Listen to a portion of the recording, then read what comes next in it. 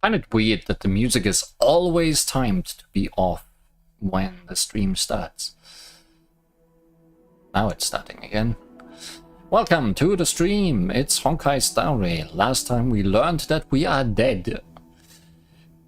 And then we did a lot of talking and walking and maybe a little bit of puzzling. Certainly no combat. Today, adds to the mystery. What music will be playing? At what location am I? Can make those guesses if you know which music goes to which place. Starting today though, however, with Idrila the Beauty. Last time Fully the Remembrance was weirdly on point. I doubt Idrila will be. There is beauty in a stretch of fabric, in the lines of a poem, and in a few notes in a song. Welcome to an era where the idea of beauty is absolutely worthless. How vulgar, how hopeless, how sad. Fashion Guide of the Cosmos chief editor, Micheline from Tarantino. It really witnesses the ultimate meaning of the world's existence through the ever-changing view of the universe. Known to the rest as the concept of beauty, the Eon of Beauty suddenly vanished one day. It was just as mysterious as when they first appeared. Are there problems with sound? Yeah, that is also a mystery to be solved, always. We are the wrong person. We need to continue as Dan Hang, the pearl diver beneath the ruined tree. That's where we left off.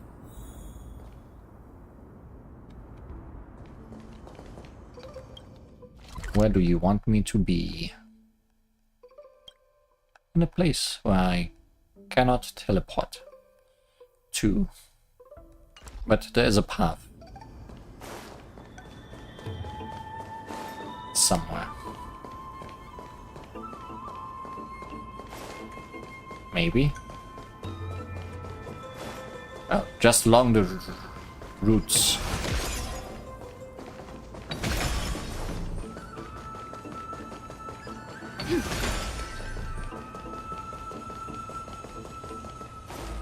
Well, all the enemies here are already defeated.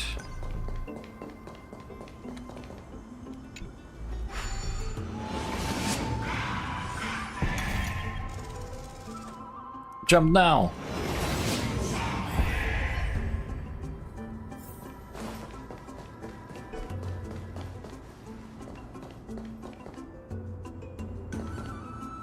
I mean, we were attacked here before, but they seem to be sleepy. Black monsters are twisted in form, and their life has turned to ash together with their souls. It's impossible to figure out their form when they were still alive. These are the remains of a black tide monster. It does look different from the Titankin from up close. What's that underneath it? A scroll? The Scholars' Debates, a recorded debate between Venerationist and Nusporist scholars. Most of it is illegible, leaving only fragments of dialogue. Otherwise, we would have much more to read. We all recall that state that dared touch the sky. But what were they really? Just blind masses manipulated by ambitious politicians who dared challenge the Titan's authority? A completely meaningless attempt, an absolute mistake. You Venerationists have bowed to the Titans for so long, you've forgotten a scholar's true purpose. Making a mistake does not mean the act was meaningless. Even those students new to the grove understand this from basic logic lessons. An entire city-state reduced to ashes proved the skyship's construction was a mistake. To me, that's precisely the meaning they achieved through sacrifice. Am I hearing this right? Such a statement Are you converting to venerationism? No, I am simply examining the matter from another perspective. Legible content ends here. As I expected, the Grove doesn't forbid discussions about the sky. It's a debate between two scholars about the sky ships. Aglaia also made mention of the ships when she interrogated us, a memory I'd rather forget. I'll hold on to this for now. With any luck, this journey won't leave us empty-handed. Well, if you hold on to this, you are already not empty-handed. So, mission accomplished, I guess.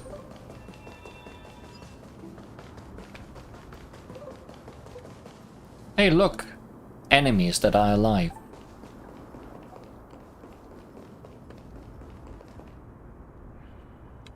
That's Hyacinth. Why is she surrounded by so many monsters? As much faith as I have in her, it's probably a good idea to help her out there.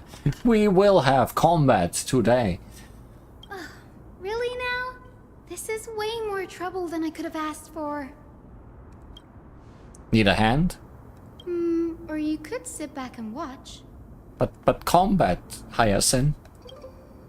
I can't tell if you are serious or not, but being hard to read isn't without its perks, I suppose. I'm kidding, Danny. Lend me a hand, pretty please. Alright, now let's get him! Yay! The screen has shattered. Mem. Until everything burns to ashes! Fight to live! Be of your body and mind. I'm so glad I get to do nothing during combat. I really missed it last time.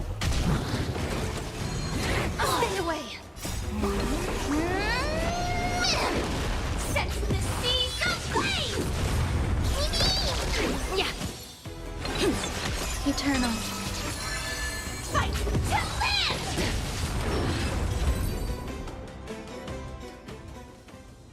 This base is practically in ruins. What happened? There shouldn't be this many monsters here. The Black Tide is remarkably quick to detect the light of Amphorius. So or rather, the blessings of the Sky Priest in me, might have unknowingly called them to me. Anyway, never mind that for now. Here, you might want to have a look at this. I found it around here and thought it might be of interest to you. So the monsters are like moths to the flame. Hey, more debates. A debate record between two scholars. Most are illegible, leaving only fragments of dialogue. Only the most funniest bits remained. Eufifro. Well then, enlighten me. What exactly do you mean by examining from another perspective? Simple, you see. When we stand normally, the sky is above. When we stand on our heads, it is below our feet. I don't even want to know what kind of situation inspired you to make such exalted theories. By the way, I have a student who loves to write satirical comedies and once wrote about a fool who could not figure out a question no matter what. As I said, there's no reasoning with you venerationists. These are the same two people as before. You're like Dromasses, huge yet always gazing downward at the earth, while I want to be the wasp that stings the Dromas.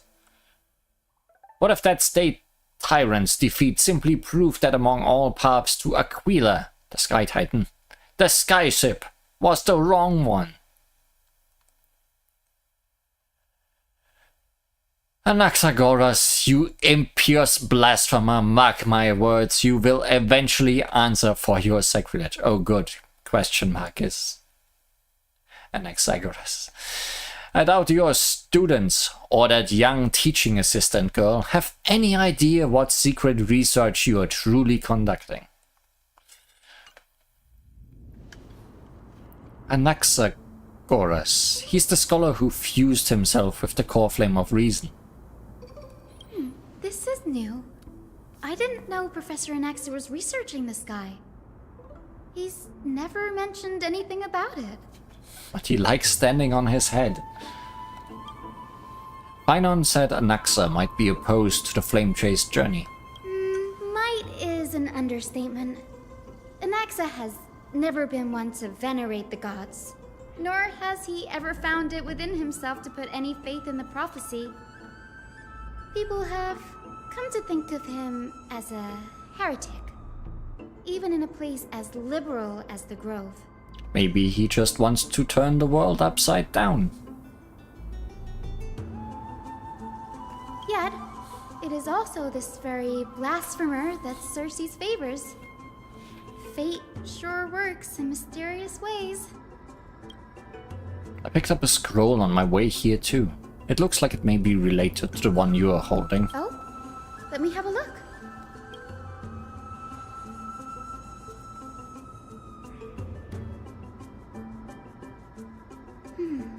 By the looks of them, these scrolls are records of two conversations that took place in the same setting, one after the other. Not by the same two people. There's still much I don't know about the Grove. Do you mind if I ask you a few questions? Sure, go ahead. Who are the Venerationists? The Grove of Epiphany is home to 7 schools of thought.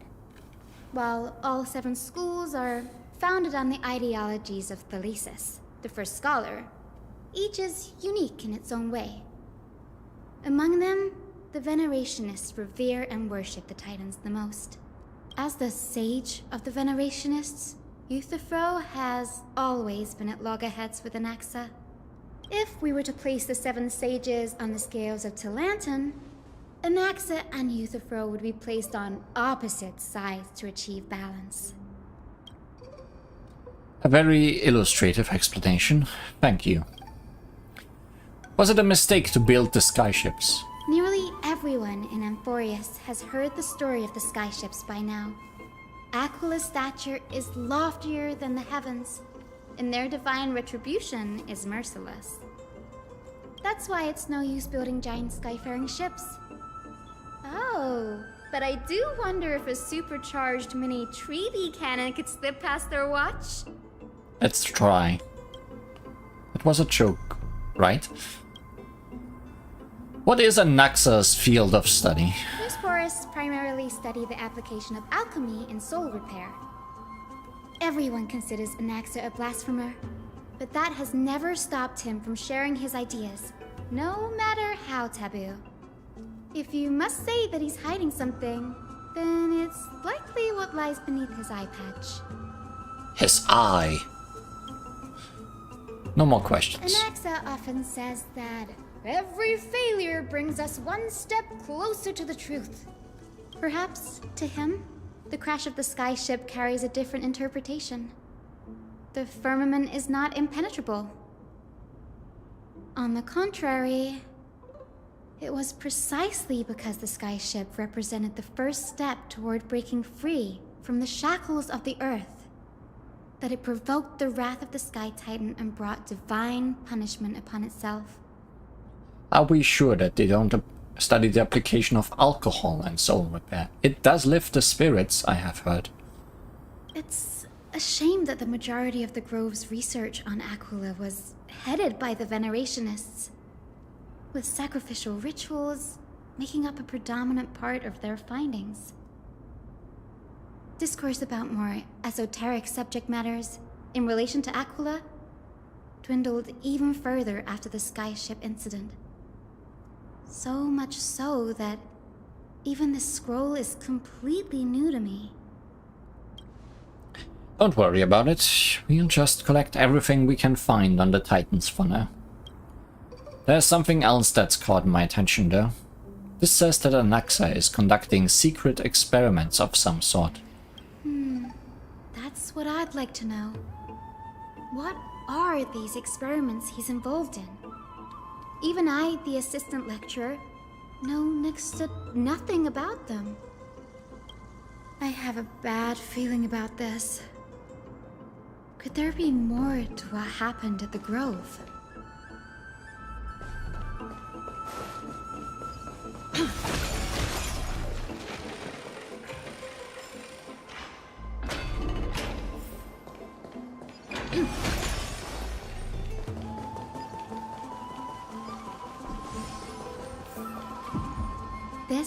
is the Library of Philia, a place where the Grove stores its collection of tomes. Yes, we've been here before. Well, Danhang wasn't, I guess. Other than books written by the 7 schools, you can also find philosophical texts, ballads, and religious writings from the Outlands here. Cities that desired to learn from the Grove were apparently expected to contribute knowledge of equal value to what they sought. We've had more than our fair share of hilarious episodes over the years. For instance, it's said that the Erythrocheramists once borrowed a manuscript from a certain author, but ended up returning a copy instead of the original. What's more, the original manuscript was supposedly then hidden here. Hilarious. That doesn't seem like a nice thing to do. Nice? No need to hold yourself back, Danny. You can just tell it like it is. Their behavior was no different from bandits. Well, if you don't mind, did the Grove ever rob Castrum Kremnos? Whew. You've got me there. Some said you couldn't even find a dictionary in Castrum Kremnos, so I guess they were spared. There are too many books in the Library of Philia. Flipping through them all will take too long. Why don't we use the Biblioslate to search for the texts we need? We can bring them back to Akama for reading after that. Not finding any dictionaries would explain why there is no words in their dictionaries. Agreed, this place isn't safe. We should leave as soon as we are done. There are still several more scrolls strewn about all over the place. I'll gather them while you pull up those texts. This way, nothing will be overlooked.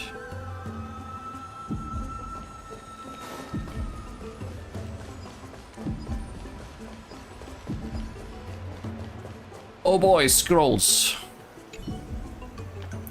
A record of the many research topics a Caprist scholar had applied for, and the replies from their school's sage about these topics.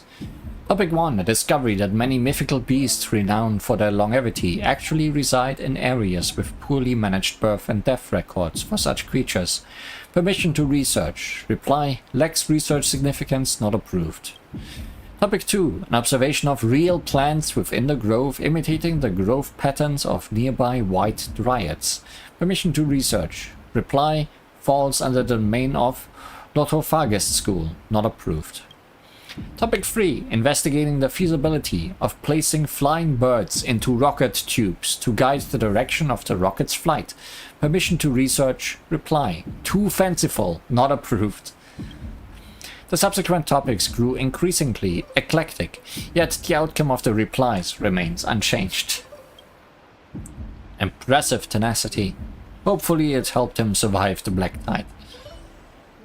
It may not have. A book covered in annotations from many scholars. Its title is The Art of Sophistry, 40 Ways to Improve Your Debating Skills. You skim through it, and the highlighted methods include virtual causation, false premises, contradiction conversion, conflating prevarication and reality, misinterpreted punctuation, misattribution, and generalizing specificity, among others. Amidst it are scholars' exclamations, "A true eye-opener! The art of language knows no bounds. If I can't master sophistry, I can at least learn to defend myself against them as an honest man." And so on.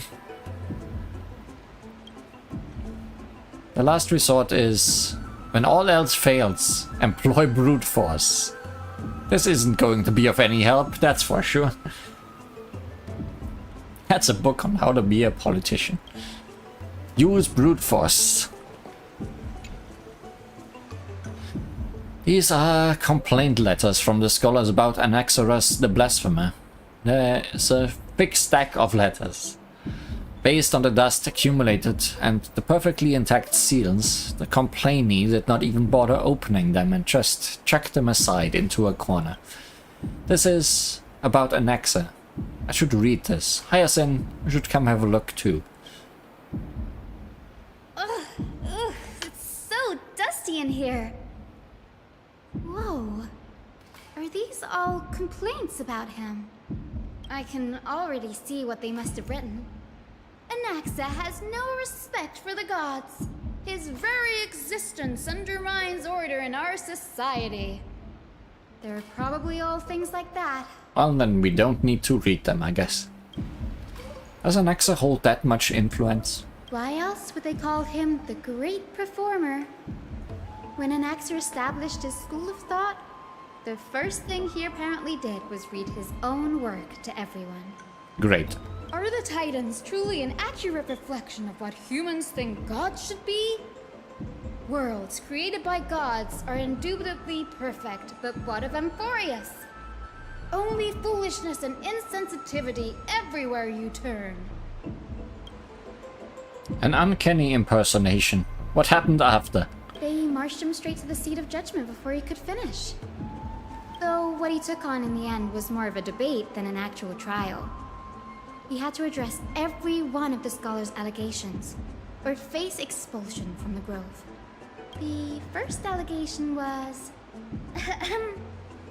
Do you agree that since the Titans created the heavens and earth, so the mountains, rivers, and seas must likewise be their creations? Am I supposed to put myself in Anaxa's shoes and answer that? Yes. As told in the myths, the seas, the skies, and the earth are all, beyond the shadow of a doubt, creations of the Titans. Anaxa would have probably been spared a lot of trouble if he had answered this way. Instead, he quoted past instances of the flame-chased journey, and posited that humans have the potential to take over the divinity of Titans. Needless to say, his critics didn't take kindly to his answer, so they followed up with a second allegation. You claim to be studying souls, yet you are, in fact, defiling them and committing acts condemned by the gods. Do you admit it? That's a serious allegation. Did he really do that? Anaxa always wears an eye patch, never removing it, even when alone. Some say he used one of his eyes as an alchemical ingredient. For soul repair? Every being in the world owes their safekeeping to Kithily, and this is even more so for the Chrysos heirs who have divine blood coursing through them. If he has really done something of that nature, then it'd indeed be sacrilegious. Thankfully, they had no way to prove it, so it amounted to nothing more than an allegation in the end. One by one, Anaxa engaged in wars of words against those who would challenge him. Toward the end, a scholar asked him, Anaxagoras, have you any respect for the gods? It was only after a brief silence that he answered, I have never denied that Titans are meant to be noble constructs. He didn't say that the Titans are not noble. Rings louder in this case. Yes. I'm not sure how that controversy was eventually resolved. But what's for certain, at least, is that Anaxa was allowed to stay in the Grove where he continued his research, despite being regarded as a heretic. By the way, this stack of complaint letters has reminded me of a place in the Grove. We may find clues there that aren't on the teleslate. I'm talking about Anaxa's alchemy lab, hidden between the cornerstones. Given the Grove's meticulous approach to archiving, could there really be such an oversight right under their noses? It's a well-kept secret. Among the 7 sages, excluding the nominal chief sage, each has a private sanctuary where they can conduct research undisturbed in their free time. Even the administrators of the Library of Philia are restricted from accessing those places and documenting the sage's research. But with the Grove in this state, I'm sure Anaxa won't be mad even if we sneak into the lab for a short while. right? Surely. These trees, something, something.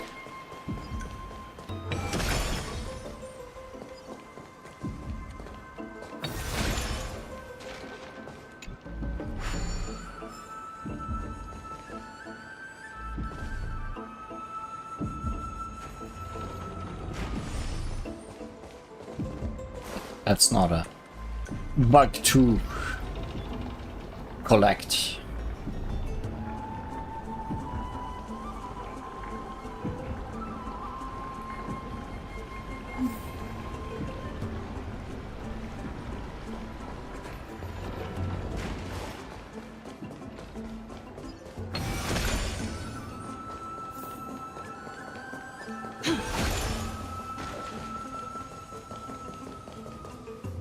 This is the place, but where is everything? Someone came by cleaning. Materials for alchemical experiments, matrix diagrams, and even the seal to the lab. They're all gone. Did the Black Tide destroy it all? No wonder we didn't see any defense mechanism along the way. You ever been here before? No, not even close. Not only are alchemy experiments high-risk activities, but Professor Anaxa also has a penchant for using bizarre materials. Students often saw him walk in looking right as rain, but come out covered in soot with his hair singed. Naturally, no one dared to come near this place. Huh? That bookshelf over there seems to be the only thing still intact.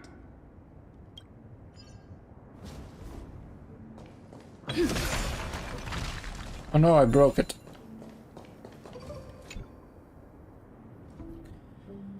These are the materials requested by Anaxagoras. Documents from various fields have been compiled in one place, including Titan creations, the universality of the soul, alchemy doctrine, and so on. Most of the materials look to be within the research domain of the Nooseporists school of thought. However, a document titled A Study on the Chrysos Heir's Background is mixed within. A hastily written journal. 1. These appear to be quick notes examining the background of Chrysos Heirs.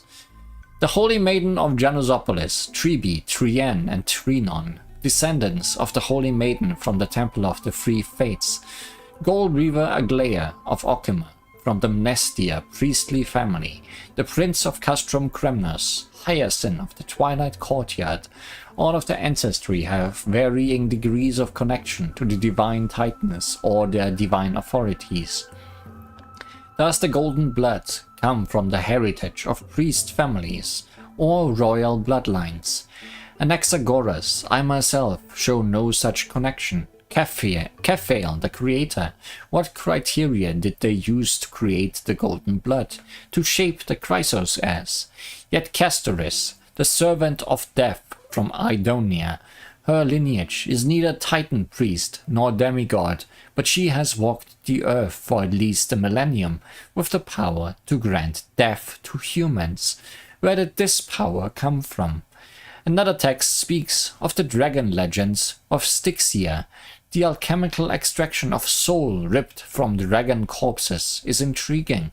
Dragons appear to be the Titans' creations. Perhaps there's a way to reverse the process, using alchemy to refuse human souls with Titan creations, increasing the purity and divinity of golden blood toward the absolute.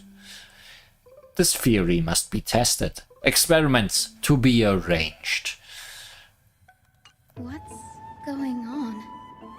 Anaxa is conducting research on our friends in Okima and me? This journal contains several intriguing points.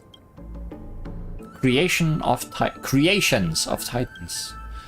From the Abyss of Fate to Castrum Kremnos, I've seen many a Titan creation during my time in Amphorius.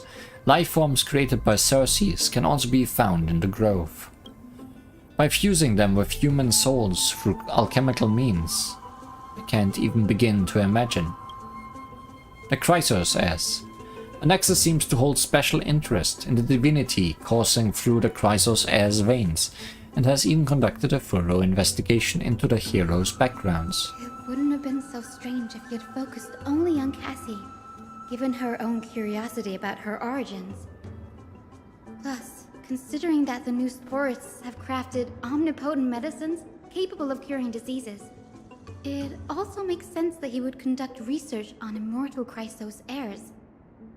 But now, it seems Anaxa's objective was never to create medicine, but to identify the origin of the golden blood and figure out its inner workings. Through alchemy, Anaxa aims to refine the golden blood in the Chrysos heirs to a degree of purity equal to divinity. This must be what he means by close to true purity, but treating both Titan creations and the human body as materials to be used in alchemy experiments. That's rather extreme. Danny, look at this. I have a bad feeling about this. A hastily written journal too. These documents appear incomplete. Judging from what's left behind, the important alchemical formula have been taken away. Only the author's reasoning remains. The previous approach has flaws. Fusing human souls with Titan creations does not purify golden blood. Even pure Titan creations are contaminants to the Chrysos heirs' golden blood.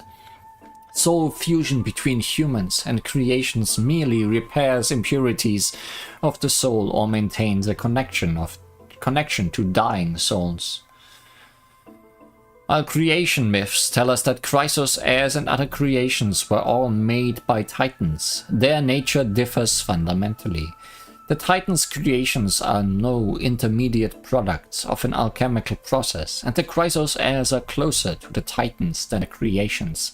In other words, I should not have considered Titan creations equal to Chrysos heirs. The hypothesis I should focus on is one pointed towards the Titans themselves. Such rare chances to study Titans demand a meticulous selection of research subjects. Living Titans prove impossible to restrain, and dead Titans offer no insight worth pursuing. But dying Titans, they are the perfect research subjects.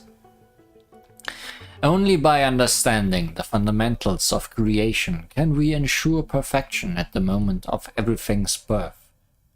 Through my own hands, I will melt a Titan and reach the true essence of the soul. Yes, melt a Titan. Do it, Anaxa. I mean, he kinda is fused with a Titan himself right now. Is this already part of his plan? Going well? My biggest fear. It's come true. After going through his notes, I think I can piece it all together now. Anaxa was carrying out experiments on soul transmutation. You mean he's trying to reconstruct human souls alchemically? Yes, this is what he was secretly conducting research on. Something he had to keep hidden from others. Compared to his public speeches, this is the real blasphemy. Oh, I just thought of something. What's wrong? Do you remember when the Black Tide was approaching? The Grove had planned to send Cersei's core flame to a safe place. But an accident happened along the way, and Anaxa lost his life in the process. But Cersei took over his body and resurrected him, which led to the situation we are in now. That's right. But what if Professor Anaxa's fusion with the core flame of reason wasn't an accident? Aha. What do you mean? Danhang, don't be so slow now. Put yourself in his shoes. Knowing that the Black Tide was closing in and your time was running out, what would you have done? I'd put my theories to the test, no matter the cost. Exactly. When the Black Tide came, The true reason Anaxa headed to the Luminary Throne was to transmute and fuse himself with the Titan's core flame. Did he succeed? No. Judging from how he reacted after the event, the results came as a surprise. Maybe he failed to consider the possibility that Xerxes would make a similar decision. The manuscripts detailing all the alchemical formulae have been taken away. His research is still ongoing. Would he have taken them for other purposes? Like, what? There's only one Titan left in the world now. No. No way. Conceive an entity of perfection. One must first understand the principles of creation. If Anaxa is in Orkhammer now, then that means... He's after Kefali. But if nobody bears the world... This sky above us, it's not real, is it? And won't the world just fall? Of course not. This is just an image from a projection device used for educational purposes. A simple trick. No, I meant the real sky, not the one in this room. The day-night cycle has been lost to this world. So that students like you may still learn about the night sky, astronomers have harnessed the Titan's miraculous power to manipulate the light, projecting the nights of the past here for you. Much like how the sky above the Holy City is also illuminated by Kefali's dawn device. So, the skies of Akama are fake too. You mustn't conclude that, Anaxa. You should know that only a child would expose a trick and be proud of it. Often people know more than they let on. They simply choose to feign ignorance because they have no other choice. Then they're just deluding themselves. People believe in Kefali's tale of Genesis, accepting wholesale whatever the priests preach. But we're different. We've already walked out of the firelit cave of ignorance. We have already realized that we live in a world where Titans make the rules.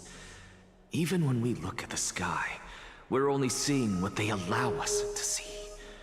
Rather than gazing at this mockery of a night sky fabricated by them for the rest of my life, why shouldn't I be the one to take control of the projection device instead? So much time has passed since you sowed the seeds of doubt in my heart, child.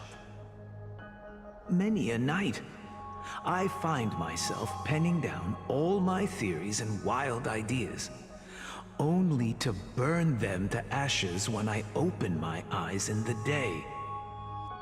Why? Because we'll face death by burning if word gets out? As a sage of the Venerationists, my soul has already become inextricably linked to the great tree. Every word I say and every move I make is certain to influence every leaf, every branch, even the tree itself. But above all else, my days are numbered.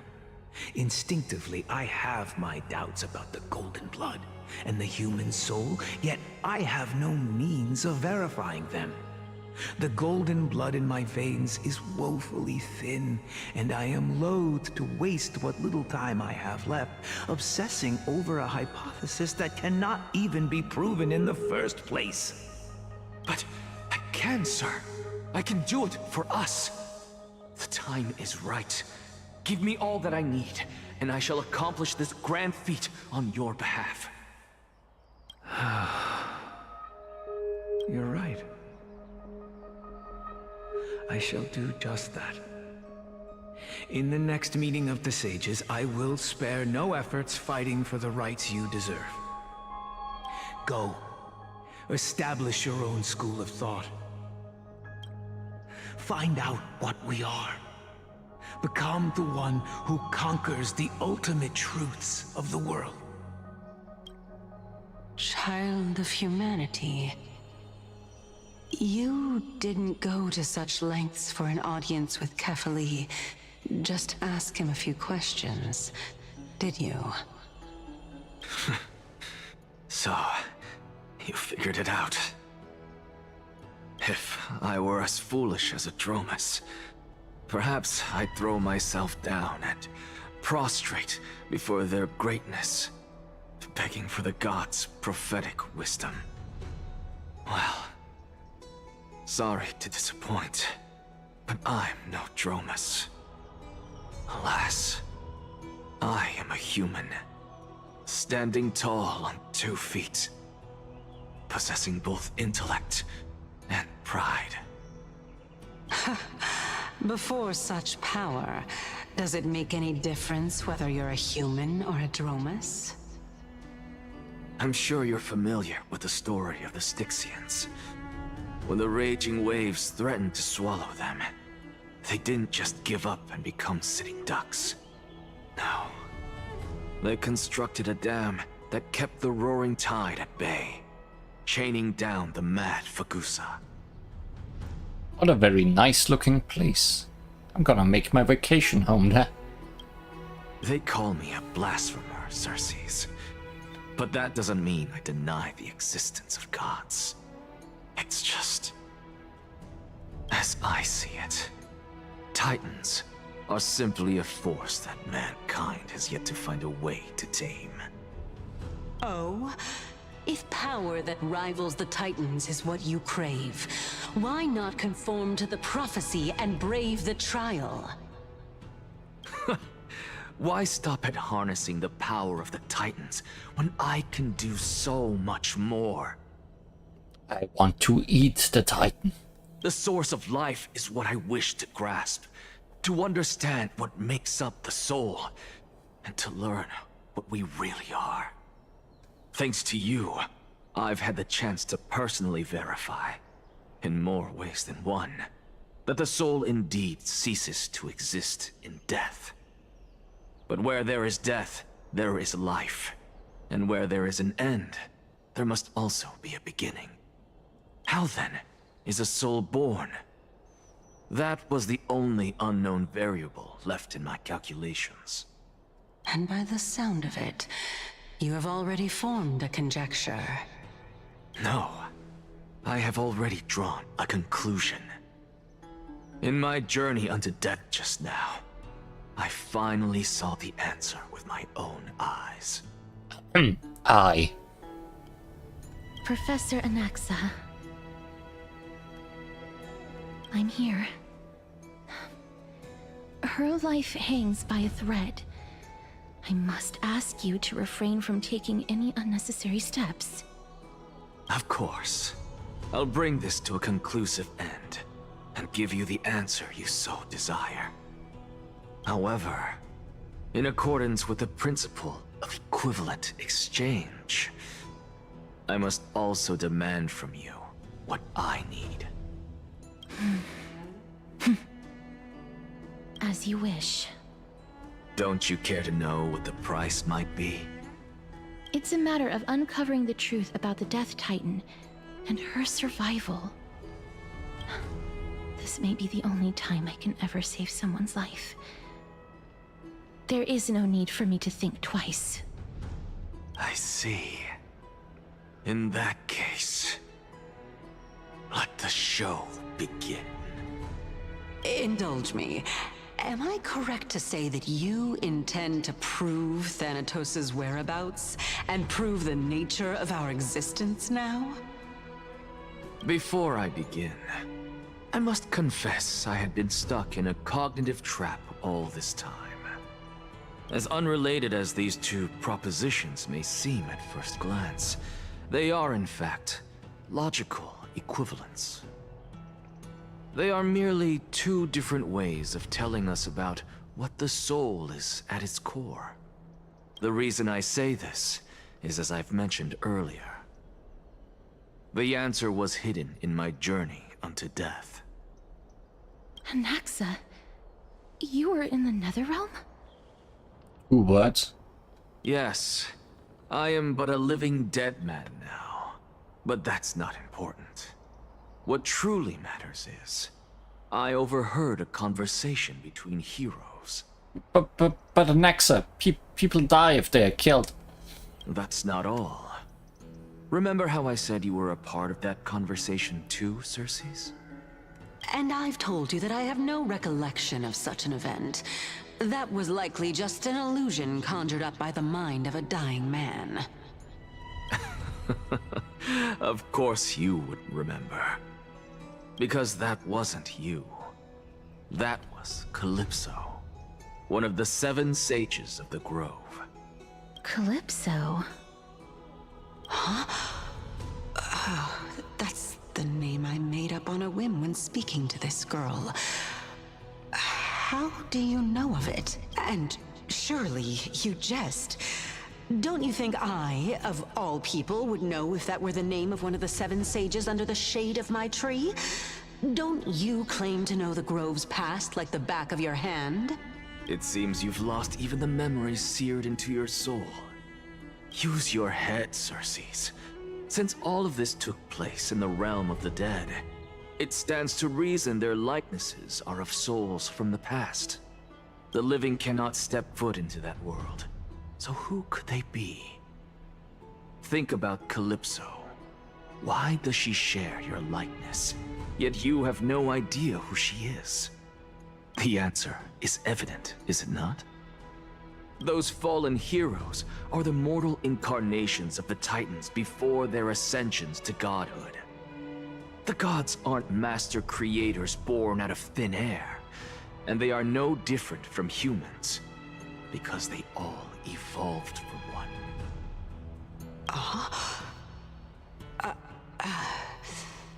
Dun dun dun.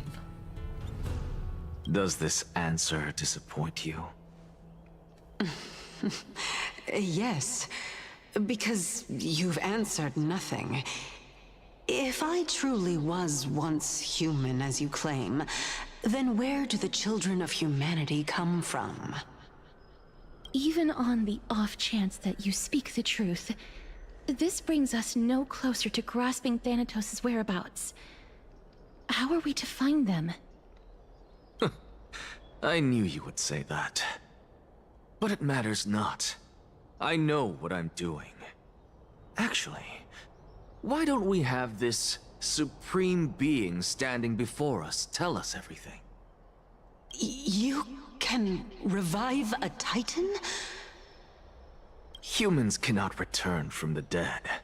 Neither can gods. Gods are humans. But all we need to do is look at this from a different perspective, and the problem will resolve itself. The solution is simple. Just like what you did to me. If I'm reborn as Kefali, I can rebuild the world and all within it as they once did. Simple, is it not?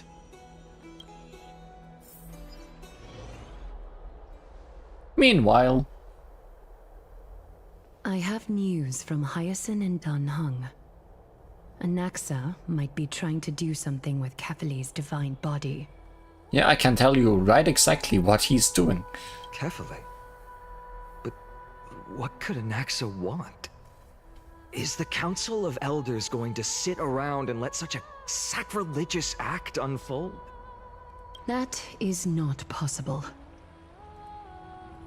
He is indeed the great performer, capable of fooling anyone and everyone with his tricks. I'm sorry. No need for guilt, for this is good news to us. The Council of Elders has found themselves a traitorous ally. Anaxa's ambitious desires will be something we can exploit. What we should be doing now is to keep our eyes peeled for whichever trickery Kynus is up to, and react accordingly to thwart her plans. Being Akima's political center, the Demigod Council holds just as much significance as the Vortex of Genesis. Someday, after my duty is over, this site will take the place of the battlefield where you hunt gods. Become the next challenge you ought to overcome. Till then, it's best to get used to this place as soon as possible. Come find us anytime you need something.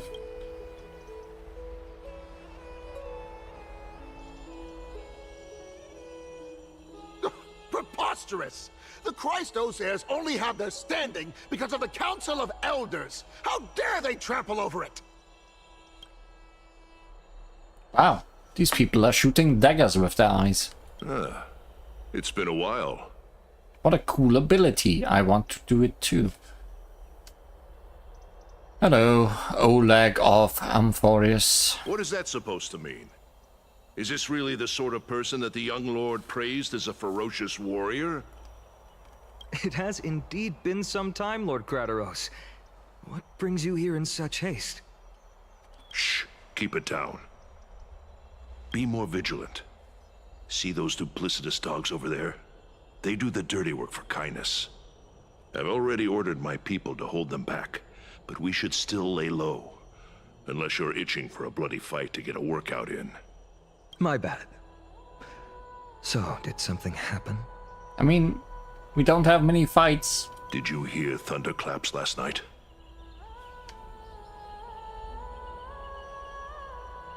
No, I'm a heavy sleeper.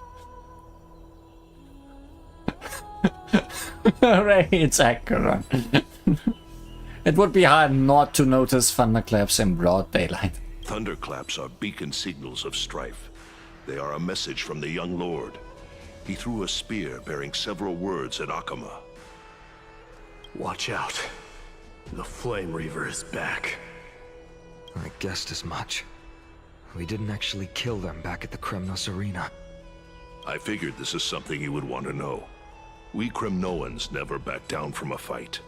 So if you plan to take that thing down in a battle, reach out to me anytime.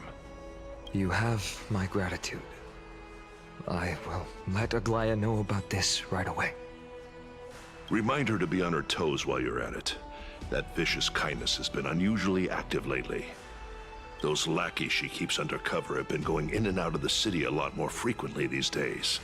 Some even seem to be getting Kremnoans to defect to the council.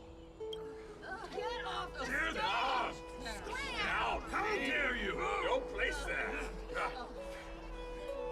That's... Looks like you can see it for yourself. We should get back. Thank you for the intel, Lord Krateros.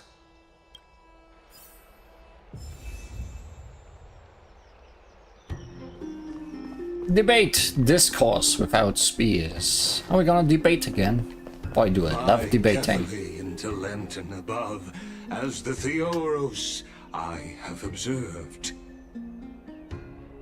Virtuous citizens of Akama, fine Navides, Elysiae, and the Outlander are heading toward us.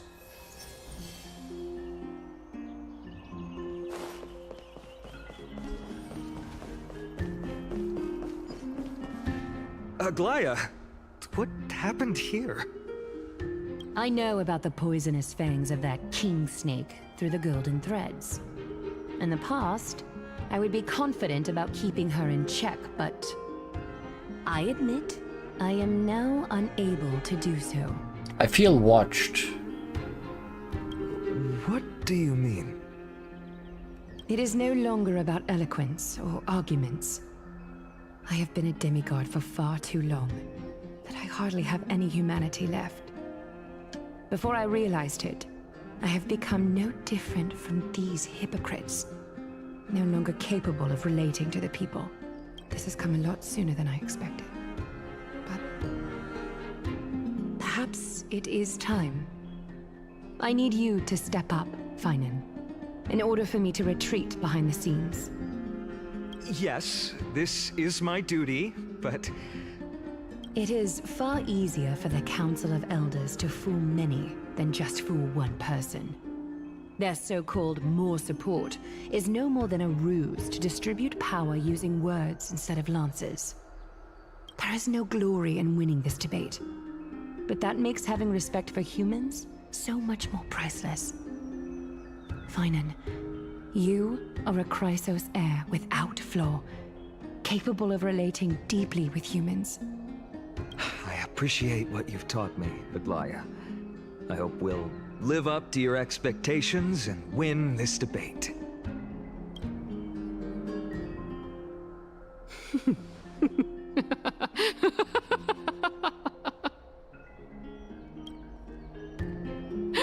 Oh, you've done well, Lord Calictus.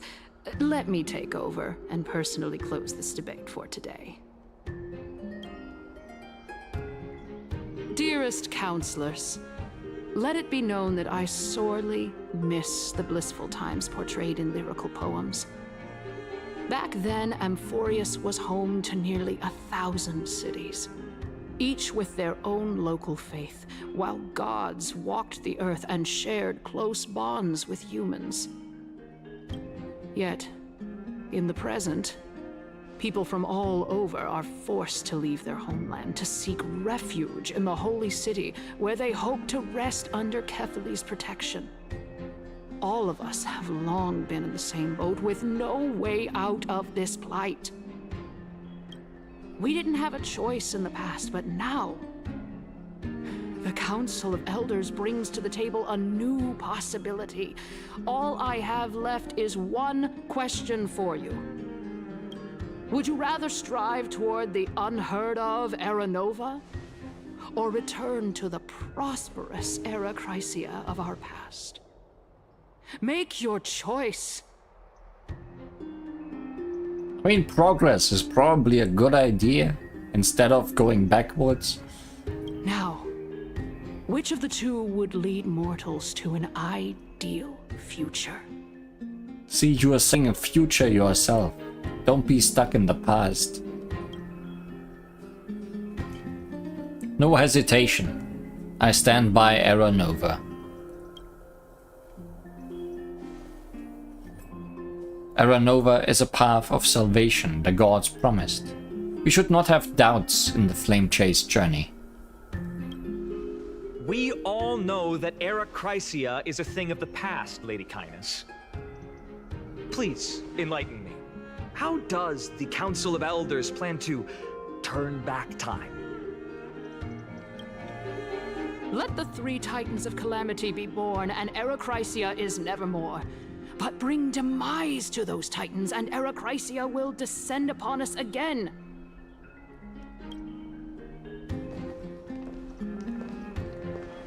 Know that the Council of Elders is never one to make empty promises.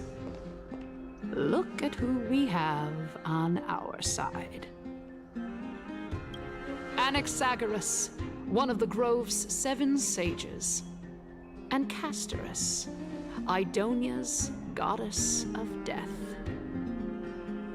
With the help of these two heroes, I can promise all of you that Era Chrysia will exist once more.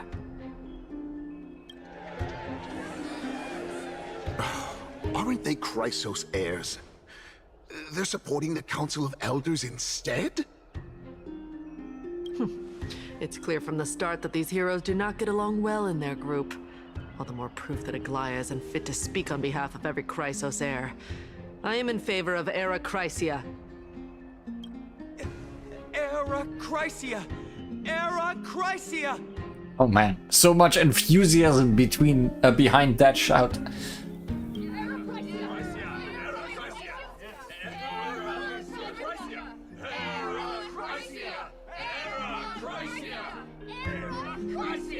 Slowly, you're getting there.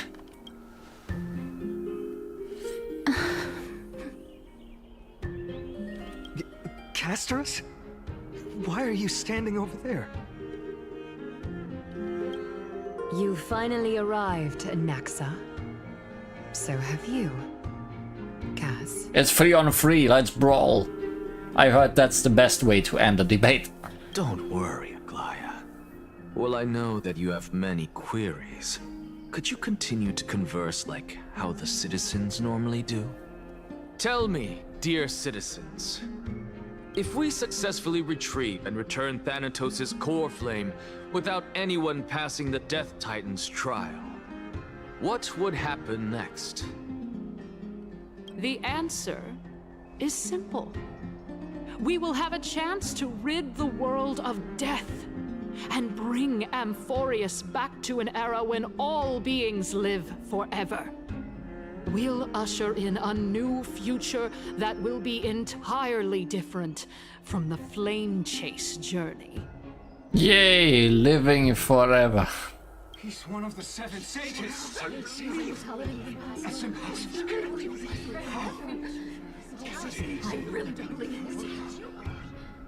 Listen to those fervent discussions. Your proposal is much too idealistic. As long as the Black Tide still exists, how can we go back to the old days? Remember what I previously said? Kefali's core flame is guarded by the secret power of the Council of Elders.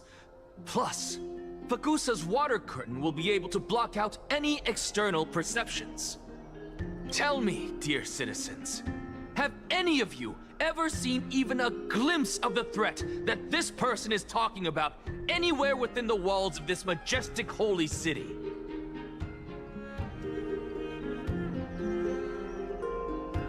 Isn't this just survivorship bias?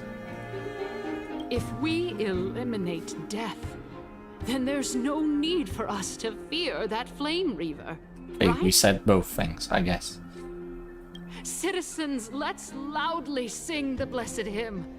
Oh, beautiful old world, where are you now? Oh, legendary Erachrysia, return to the mortal realm. Erachrysia! After the destruction of the 3 Titans of Calamity, the Flame Chase journey will have to end. Erachrysia! Yes! Yes! It has to end! It has to end! It has to end! It has to end! This is bad. The masses are now totally riled up. Anaxa, pray tell. Everything that you've mentioned hinges on the premise that we can find Thanatos' existence, right? Thank you, Lady Aglaya, for still caring about this city. However, dear citizens, we are truly fortunate and blessed. For Castorus, Idonia's goddess of death, will surely find Thanatos under my guidance. What? With that, I solemnly promise that the core flame Lady Castorus brings back will be personally managed by the Council of Elders. Thereafter, if we are able to garner the support of all of you at the Citizens' Assembly, we shall spare no effort in ensuring that the Erachrysia will return to our world once again.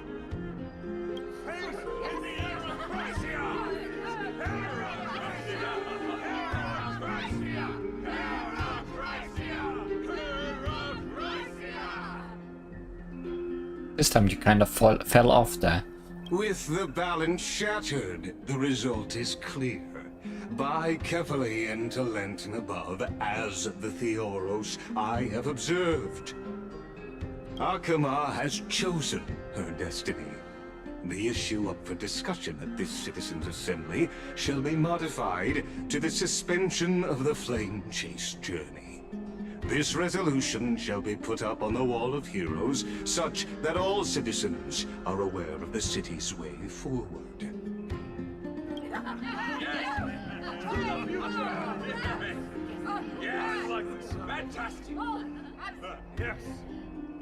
Fantastic. Aglaya, dear Aglaya. What has caused your heart to soften?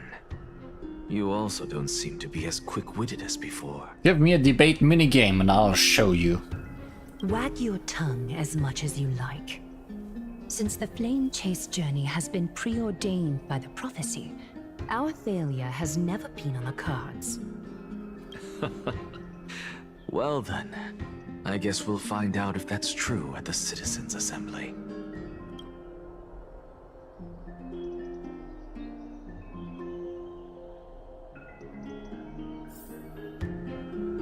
Castorus, what's going on? I guess I can't talk to anybody else except Castorus.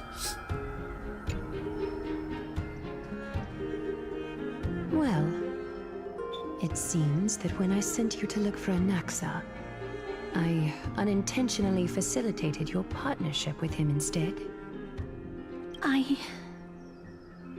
My apologies, everyone. I know that you have many questions to ask me. I will answer them to the best of my knowledge. In that case, please tell us as much as you can. What happened when you went to look for an Anaxa? In actuality, he showed me a past that was both long and heavy. The reason I say this is as I've mentioned earlier. The answer was hidden in my journey unto death. Anaxa, you were in the Netherrealm?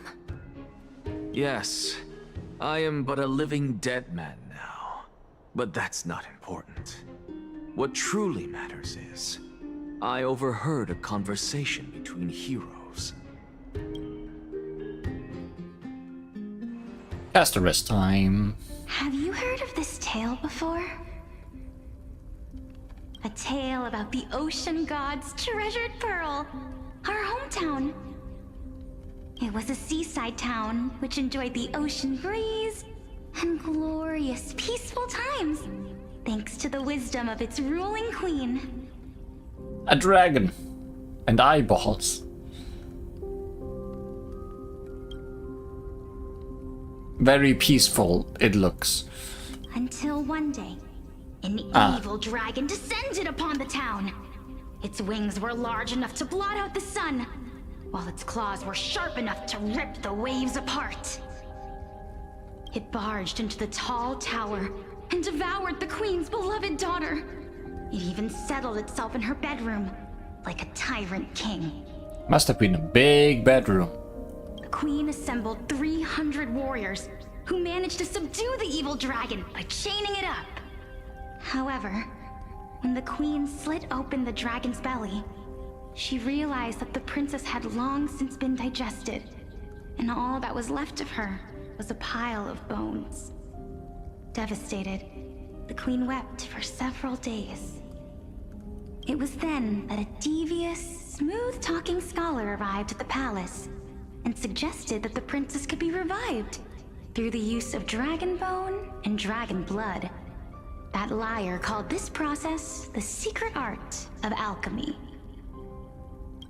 The princess was reborn! The queen was overjoyed, blissfully unaware that the evil dragon's soul still lurked within the princess's body. As revenge, the evil dragon swallowed the poor queen, the glib liar, the courageous warriors, and all of the town's innocent civilians in a single gulp. Worse still, the souls of the deceased refused entry to the Netherrealm because they were filled with regret. Forced to roam the mortal realm, these resentful souls ultimately converged into a river of souls that would not retreat for a long time. The terrifying death had consumed all. Thereafter, our hometown fell into ruin as well. Until...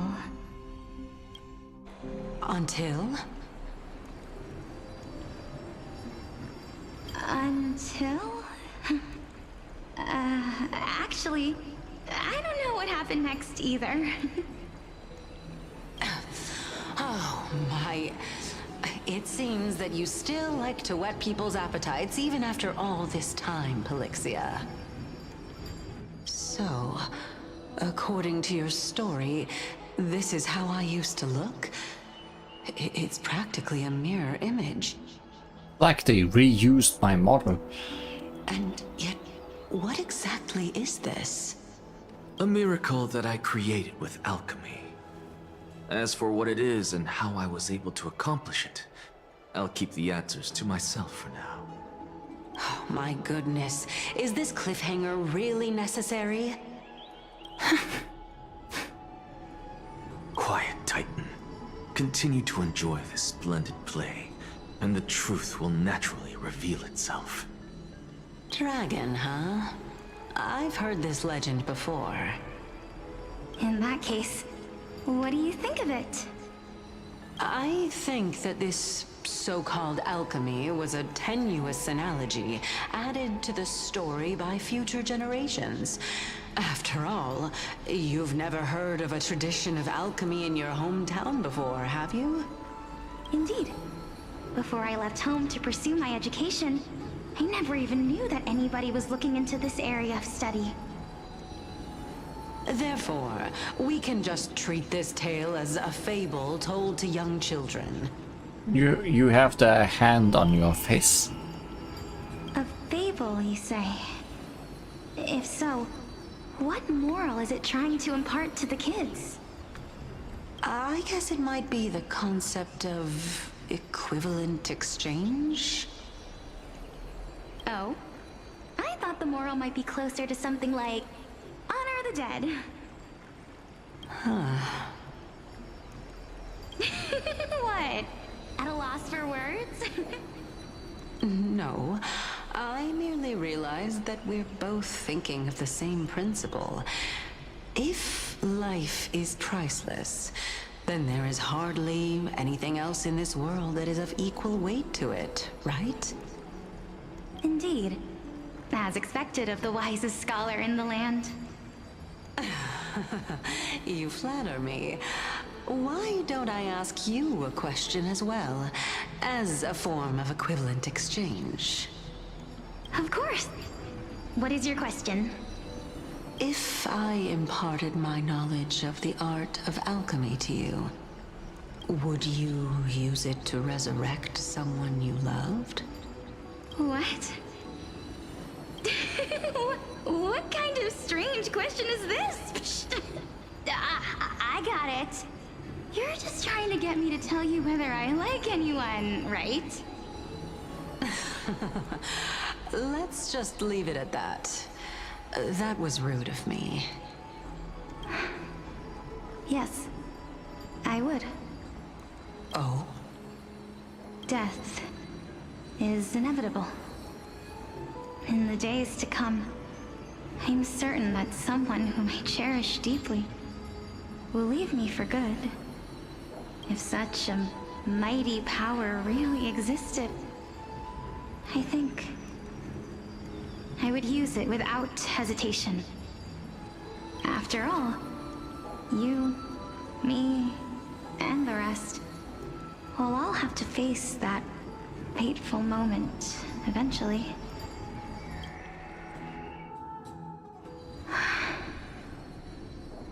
My time is finally here.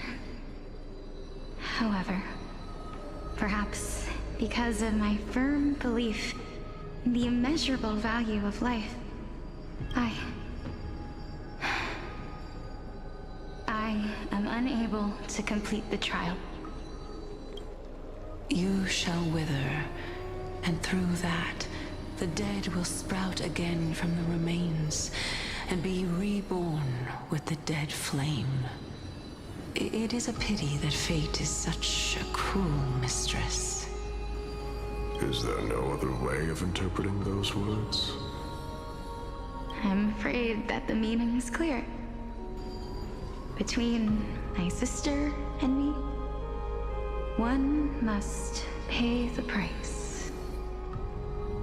Our trial can only be completed when the one chosen sacrifices her life. I'm afraid that the prophecy might even have selected a pair of twins for this exact purpose. Oh, you are the sister of Castorus? Going by the ears? Fortune makes fools of us all. My sister is prepared to sacrifice herself. And yet, I can't do the same. How absurd. My time is almost up, but I'm still afraid to welcome death. What should we do? If I'm ultimately not able to make up my mind... Since Chaos is willing to guide all of us and leave this trial to the end, There is still plenty of time for you to ponder. That's right. Don't allow the fog of an uncertain future to cloud your mind. Trial, prophecy, the topics that they're discussing seem familiar. But these three people must not have left their names in the epics. Otherwise, I would have some recollection of this. Amphorius's history before the Titans were born was complete chaos. Is that not strange by itself? I have long held three hypotheses about this. However, let's continue watching for now. Calypso, Polixia, and this warrior. I seem to have met him somewhere before. Regarding this matter, Nias, are you confident that you'll complete your trial? Of course. Though, I am worried about what will happen once I've emerged victorious.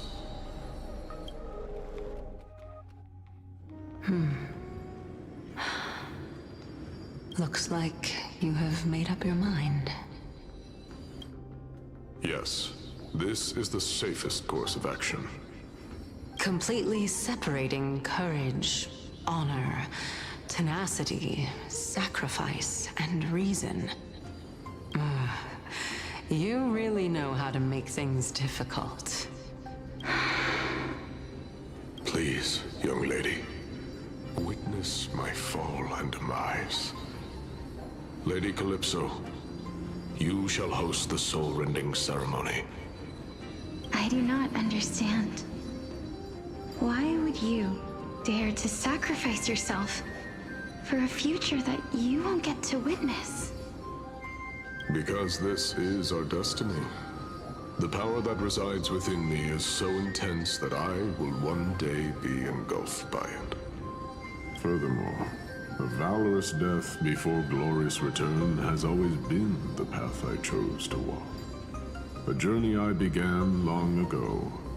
If your sister or Chaos were in my position, I believe they would make the same choice as well.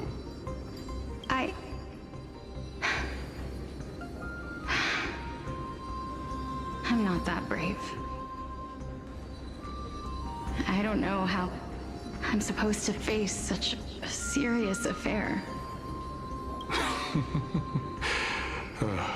Despite being Death's chosen one, it seems you still don't know how to face it.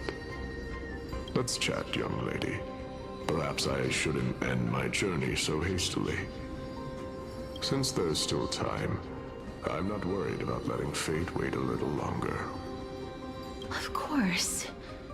This warrior is Lord Nias. As the embodiment of Nikador's divinity, he entrusted his life to us and allowed humankind to end his madness. That means that what I'm currently seeing before my eyes is, in fact... It's when they were still human. Looks like one hypothesis of mine has already been proven true. These heroes are the true forms of the Titans, before they attained their divinity. If so, the chosen one of death that he speaks of is actually... Polixia? Is the previous form of Thanatos? But her appearance... If this is true, as long as we can find out where she went, we'll naturally be able to figure out the location of the Death Titan. But before that, we first need to witness what ultimately happened to Lord Nias.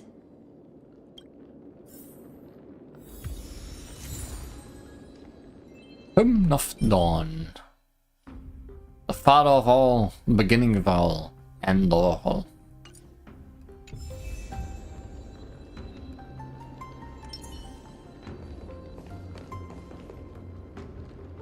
Nikador's courage is a testament that they have never once retreated from a battle. I've heard that these words are still engraved in Castrum Kremnos even today. It didn't occur to me that they were actually part of an alchemical formula. Lord Nias's honor is sealed here. Incredible. The honor in this child's soul is so light.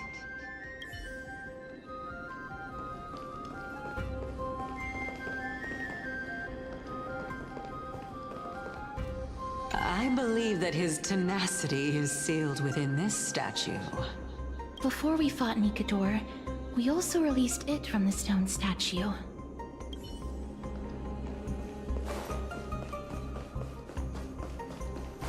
Sealed within this statue is undoubtedly his sacrifice. They use their own body as our city walls, keeping out and protecting us from the pervasive spread of madness. They are acutely aware that if the end times were to arrive, there would be nothing left in this world to conquer.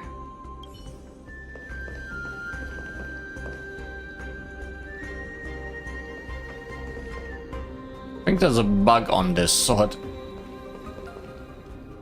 How would you even get up there? Honor, courage, tenacity, sacrifice. And finally,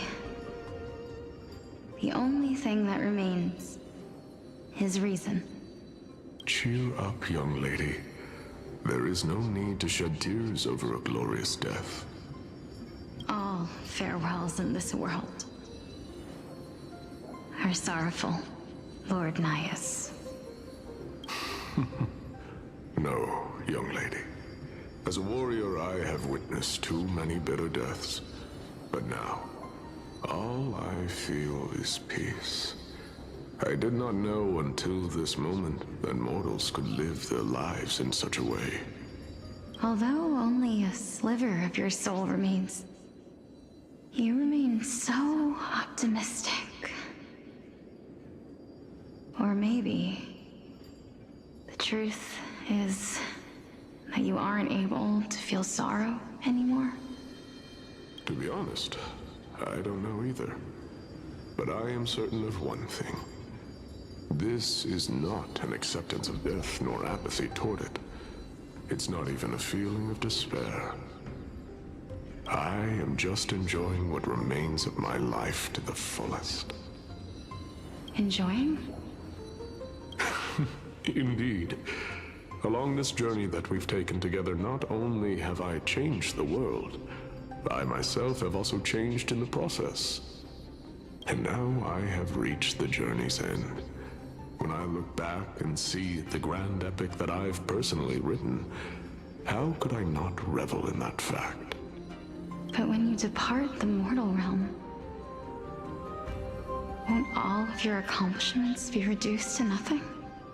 Separation and death are two sides of the same coin.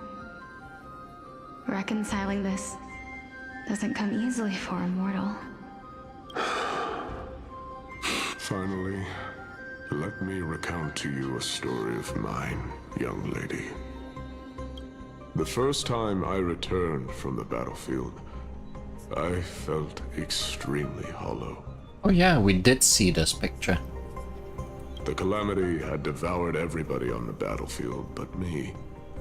When I returned to the city alone, the citizens held a banquet for me that was far from pleasant.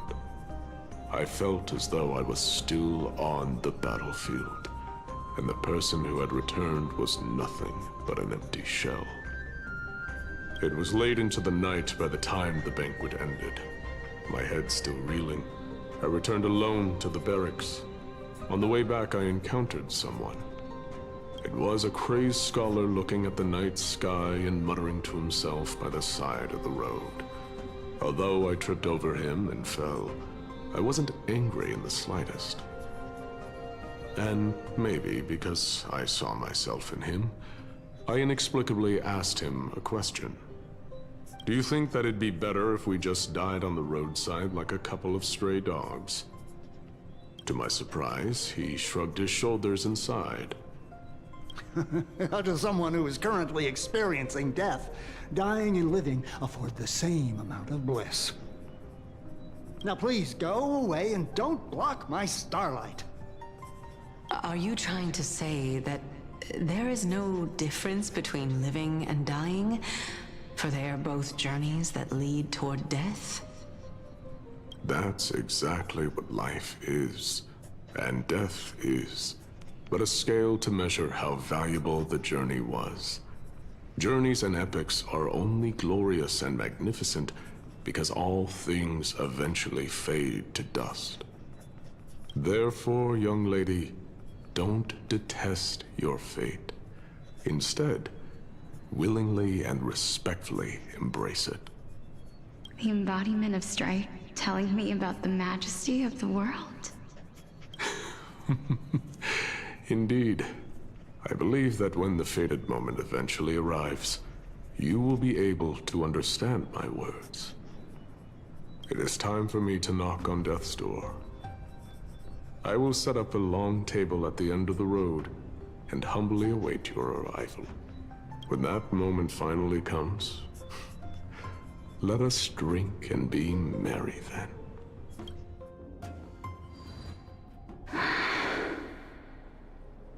I knew this day would eventually come.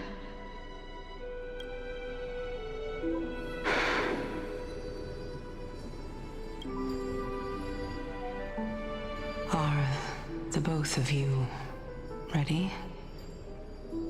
Mm-hmm. Polixia. I'm here. Surprise! Say nobody. What? This... Except Castoris herself. This is quite interesting indeed. Is this... Polixia's sister? Is it... me?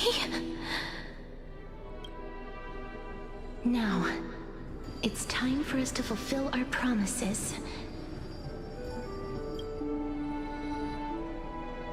Are you afraid?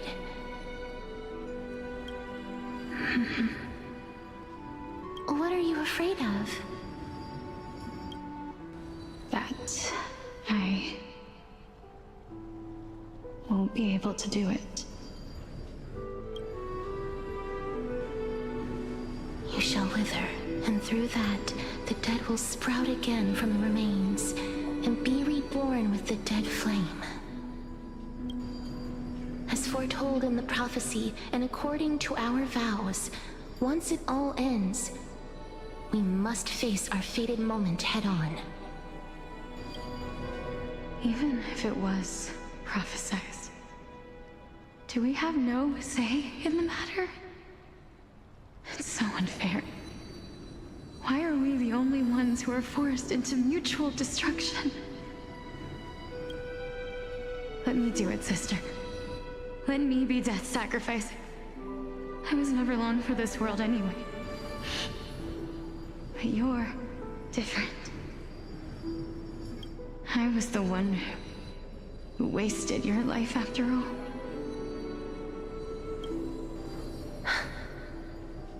You're wrong, Polixia. I don't think that my life was wasted. Just the opposite. When I finally arrived at this destination and looked back at the journey I took, I discovered that flowers had long since bloomed along the path I walked. It was you who sowed the seeds for this sea of flowers. One that is more beautiful than the promised land at the end of the world. Besides, I have lived a fulfilling life. Even though I was fated for sacrifice, none of the things that I've experienced will dissipate. Instead, they'll forever live on as memories inside your head. Will they not? How could my memories of you never compare to the actual you. Well then, tell me, what exactly are we?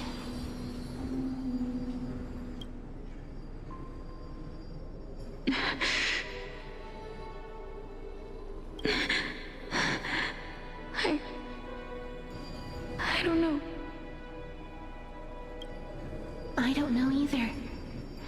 But regardless of what the answer is, regardless of how we're shaped by others, or even by this world, ever since we were born, the fact that we existed was predestined, and nothing could erase it.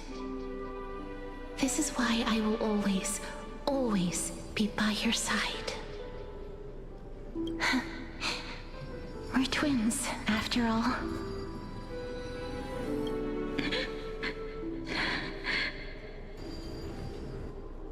All right, my dear Polixia. It's time to extract my heart and light the flame of death. After that, use it to plant the first bud in the prophesied new world.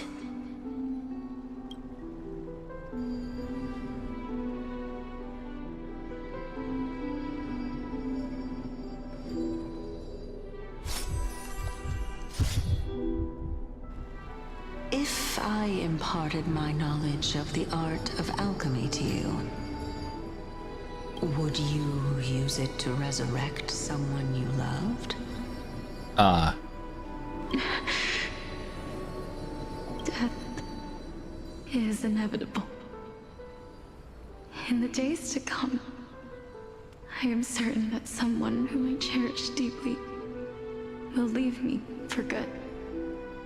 If such a mighty power really existed, I think I would use it without hesitation.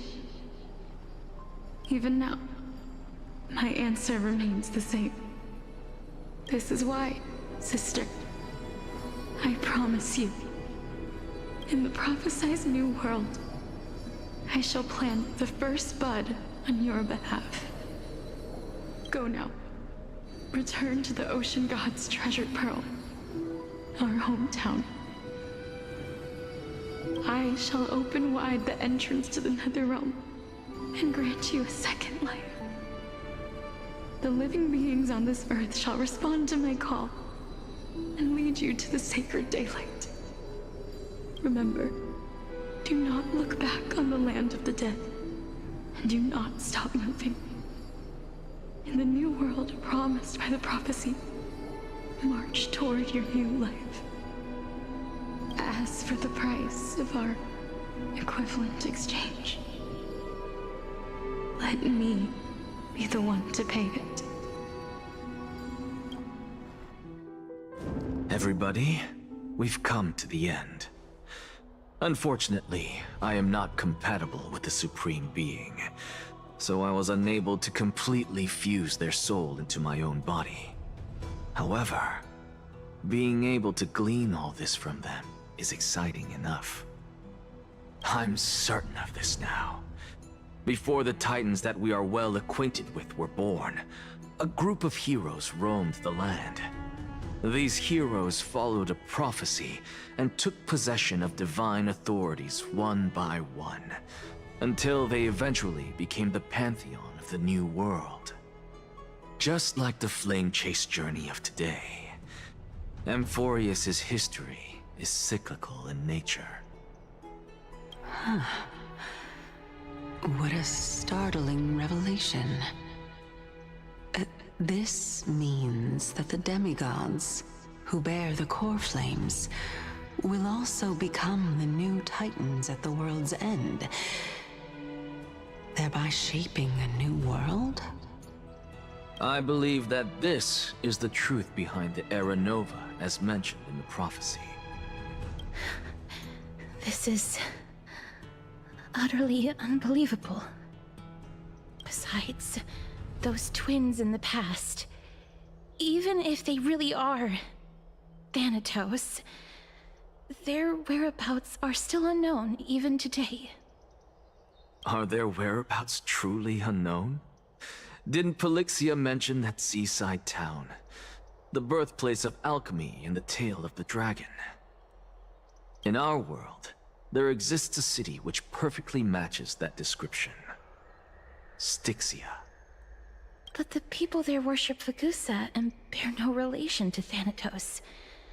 I have also never been to that place, as in the time of Idonia, it had long turned into underwater ruins. Take this.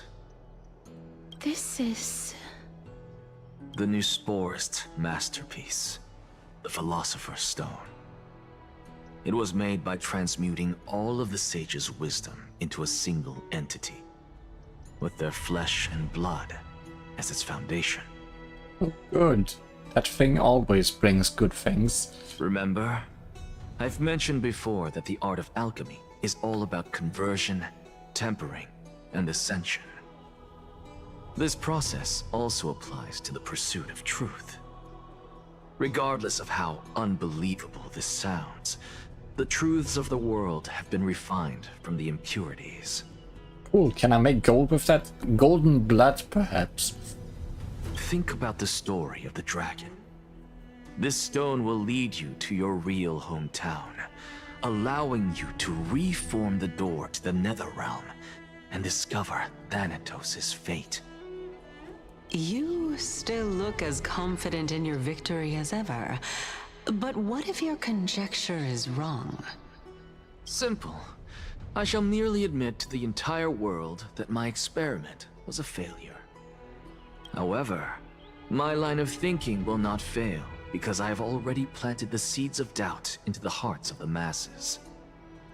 Actions speak louder than words, Castoris. With the assembly about to begin, don't forget the promise you've made. I've already searched for so long. I'm willing to try one more time. While we converse, her life is also slowly slipping away. But before I leave, I have another question. What exactly did we witness just now? That was the world imprinted in Kefali's soul.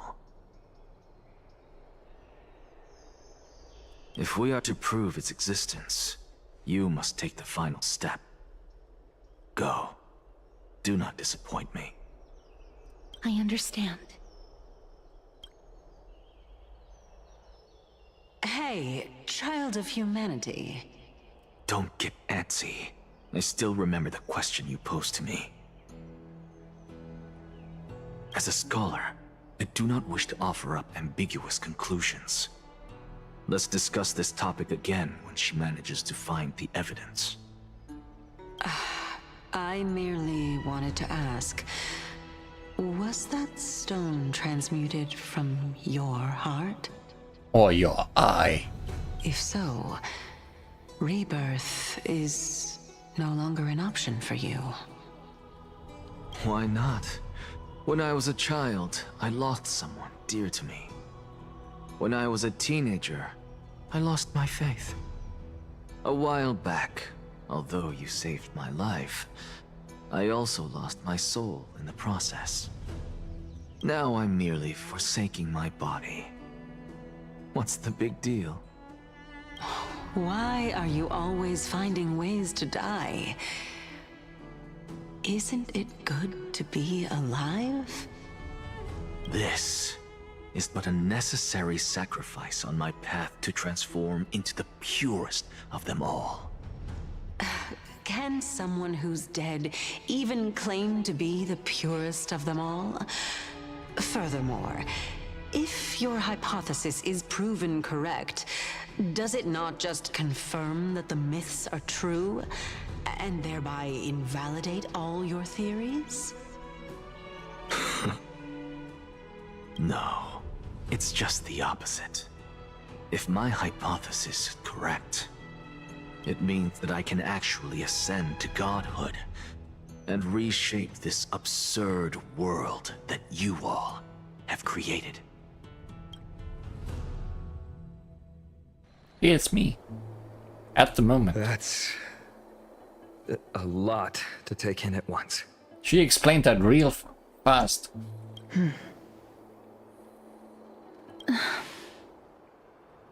Lady Aglaia, please, let me explain. Never mind, the explanation is not finished. Go on. You know that the core flame of death has always been the greatest unknown regarding the Era Nova, which is why both you and Kindness desire to gain the power to control that core flame in the approaching Citizens' Assembly. Professor Anaxa has come to a consensus with Kindness. They want to suspend the trial once Thanatos' core flame is reclaimed, hoping thus to eradicate death from this world. If they're successful, then the flame chase journey will cease, and Akama can enjoy everlasting peace. But I know this runs counter to your wishes. So long as we do not usher in Era Nova, the Black Tide will never be eradicated. Even with Lord Mighty on the front line, and the Black Tide not posing an immediate risk, the danger nevertheless remains. Honestly, it's difficult for me to assess the pros and cons in this decision. But someone must bring the core flame before we can begin negotiations over it. The Titan could be very near. I cannot let this chance slip by. Besides, someone has to make this trip to bring back Mrs. Soul. Well said. You already had every reason to seek an audience with Thanatos. It's that great performer who has weaponized your wishes and placed us in this difficult situation. A world without death. Do you desire that too?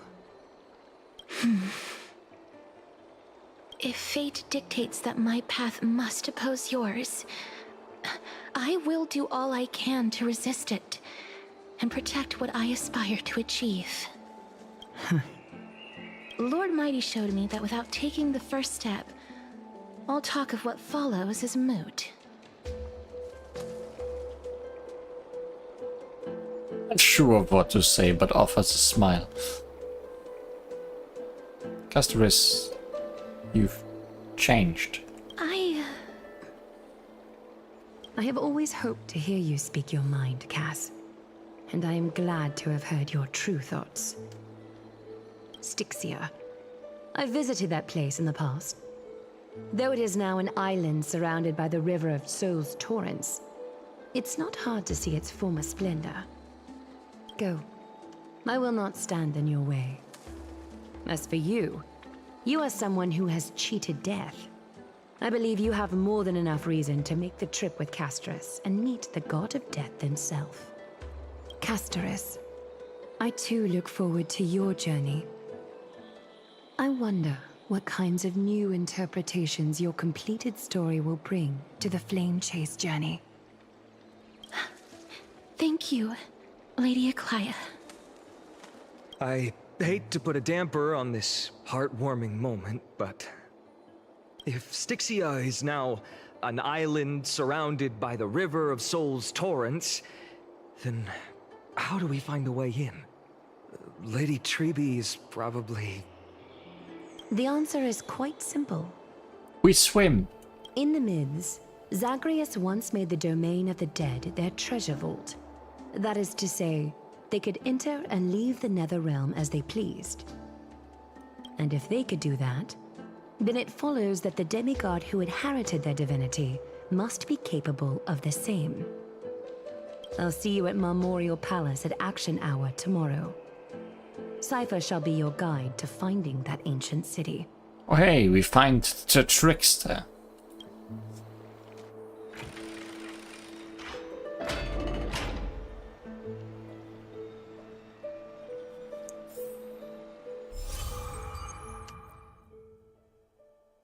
Servant tells of the mystery within the myths, and the scholar seeks to answer a forbidden puzzle, the truths learned during your travels. Head to the book and write it down.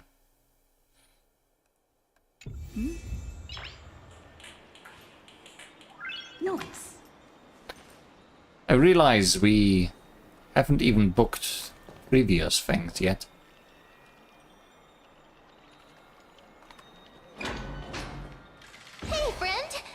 the debate finally over? Did you win?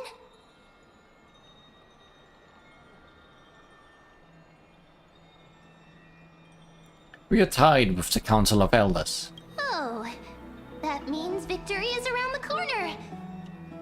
Well, moving on. I was hard at work even while you were at the debate. I borrowed a mountain of books from Cass to see if I could find a way to solve your problem. Let's see. I still have only 32 books to go. Nice. It's okay, ma'am. We found a way. Really? Oh, that's fantastic news. I knew it. Hard work always pays off. Especially if you're as diligent as Ma'am. I feel like a huge burden has finally been lifted off my shoulders. Why are my eyelids so heavy all of a sudden? There's nothing more we can do for now. Let's get some rest. You're right. Then I'll go back to... You're sleeping with open eyes. As was their custom, Mem, with astonishing dexterity, slipped back into their secret little hideaway. Good night, Mem. Good night, Arkema. It is nighttime now, right? Somewhere in Arkema. I should have done book things first. Cass? What a surprise. Lady Treby. Is something troubling you? I just wanted to speak to Lady Trian for a bit before I set off. That's gonna be a one-sided conversation. No matter how breathtakingly beautiful Styxia once was, the place is now the domain of the departed. There is no telling what we'll encounter there. I don't want to have any regrets. Has anyone told you that your eyes are sparkling today? Is that a figure of speech?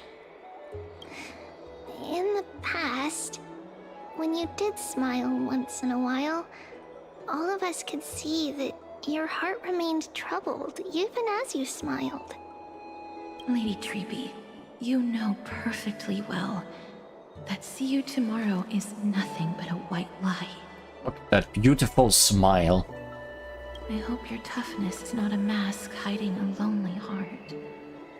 Cass, you hardly ever talked of your past. None of us knows what you went through, apart from Maggie. But we know it must have been filled with pain and hardships, as it is the fate every Chrysosaur is destined to live out. We are just happy for you that the core flame you're meant to inherit has finally surfaced. Isn't it a little too soon to say that? But you already know where tomorrow is, don't you? There's no need to rely on anyone else. Just give it your all and leave no regrets. We have always believed that your embrace is just as warm as everyone else's. Because we embrace others to comfort them. And Cass, you're the kindest Chrysosaur we know. Thank you, Lady Treby. This feeling... it's hard to put into words. I suddenly found myself with so many wishes. So much I want to accomplish before setting off. Then go do it, Cass. Trian was actually working on a surprise gift for you. It's a pity she didn't get to finish it. But now Trinan and I are working on it, and we'll make sure to give it to you. So, let's meet back here when you return from Styxia. Safe travels. See you tomorrow!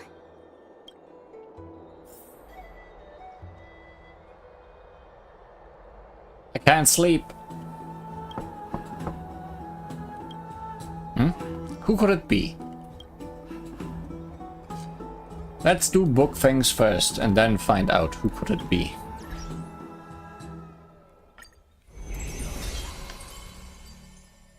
Because we are a bit behind. Oh, these eyelashes are fluttering. That's the look of someone lost in thought. It's time for a bedtime story. I love stories, but I adore them more when Lee tells them. Just save a few for before bed, alright?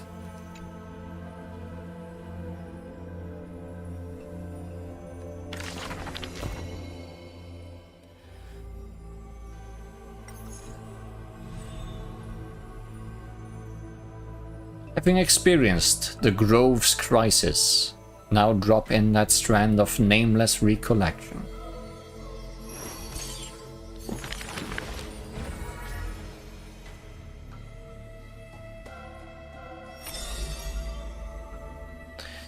Those flame-chasing people, those forgotten stories, as I've written.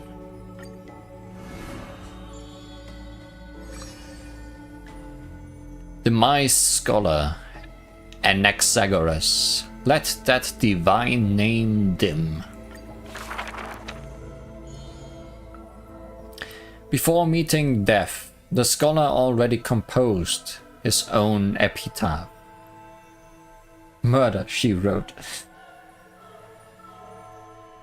This person's name was seldom mentioned by others. Incomplete, just like his fate. He would sweep his own grave at the beginning of every month of reaping, staring long and hard at his stained hands. Hands that never seek benediction of gods, accepting only the tricks and plots his brain presents. Keep your distance from that blasphemous one, lest misfortune follows you like a shadow. People warned each other thus before his lectern. In those rumors the scholar's hubris looms foul and vile. He dares to proclaim ascendancy over gods and defy the Titan's will.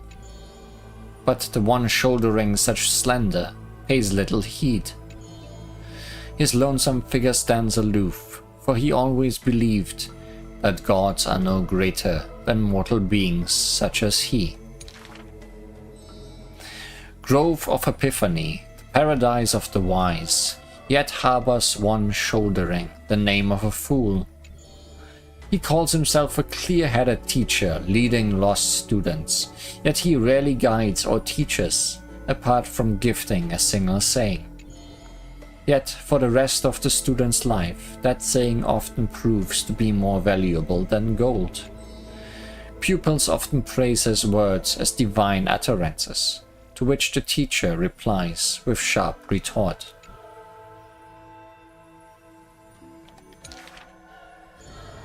Apart from destiny, he seems able to decipher all laws, and now even destiny may also be within his grasp.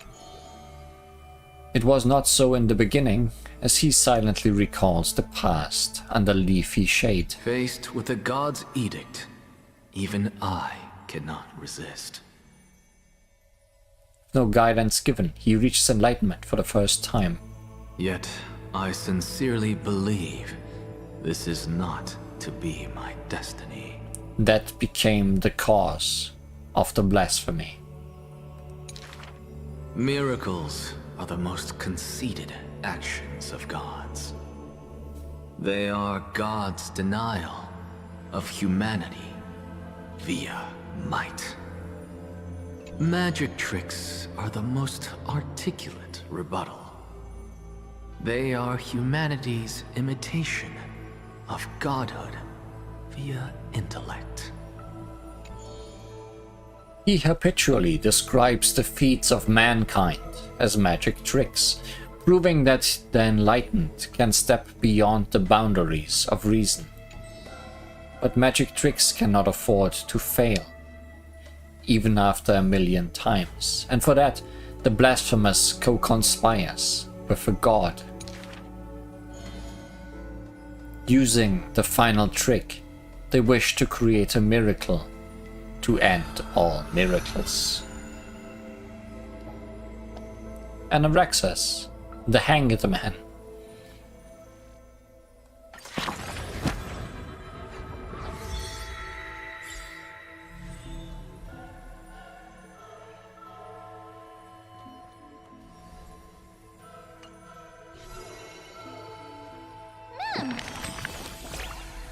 Wow, is this the story of the new companion? That one who looks like a scholar of some kind.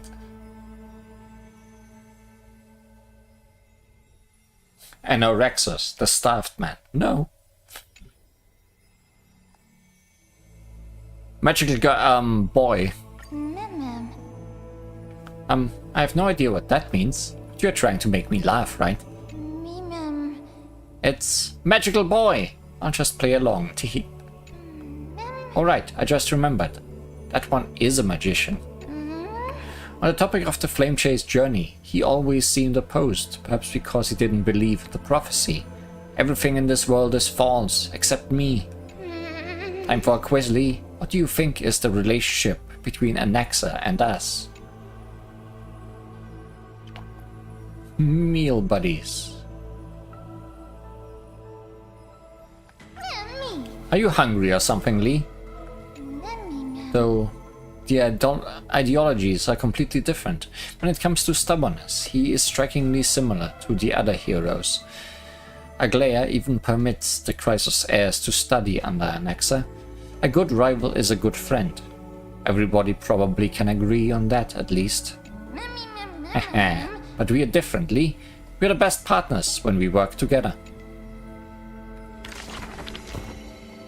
Thanks, Paimon. Having witnessed the Chrysos heirs resolve, now drop that strand of nameless recollection. That's a lot of cards.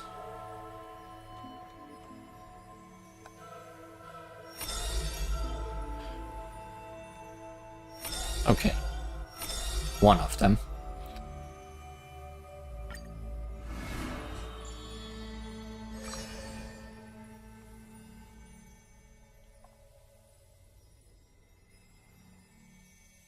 Long separation.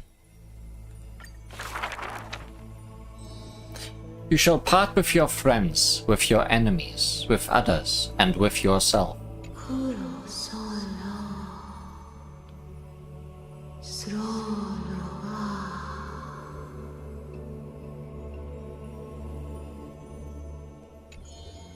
The Chrysos war's clamor rises and falls, and when the children reunite, only 3 of them remain. We have heard of a Chrysos heir. The lively child says. That person tears open the barricade of the Black Tide, aims at the sky, wanting to contain the core flame in a sheath. There will always be warriors like me, who believe in and are willing to protect the tomorrow they prophesize. But the crusading Chrysos heir never returns. The greedy ones then lifts the crown with sharp blades, and by power's lethality, they are one by one slain. We remember a group of bards. The taciturn child says. The bards compose songs for the children's prophecy, and along the corpus of the pillar of stone lay their footprints upon which ballads are carved. Though we lack the might of swords and shields, we can take you to walk every part of this world. Till many years later, when the bards all return to their subterranean eternal rest, the children sing the long, long songs. In the lone they bear memories of humanity. We miss us. The exuberant child says. When they left their home, the passages blew the girl apart into countless turbulent bubbles, carried to all corners of the world on the winds of destiny. We will run towards the world's agony. The children cheer each other up. As the years pass and the sun and the moon rise and fall, the children often hear sounds of their friends shattering. Farewell, farewell, farewell. The children who still walk the earth silently hide their wrenching sobs. Upon the hills of Okima once grew golden figs as far as the eye could see. The remaining children link their hands and decide to make this beautiful city the beginning of yet another journey. The children pull on the hem of their maiden's dress. Please, listen to the prophecy we bring. The maiden pulls on her silken threads, weaving in her heart the children's past into strings. Chase the cool flames with me. I promise that The liberations poured are guaranteed to bear fruit, etc., etc.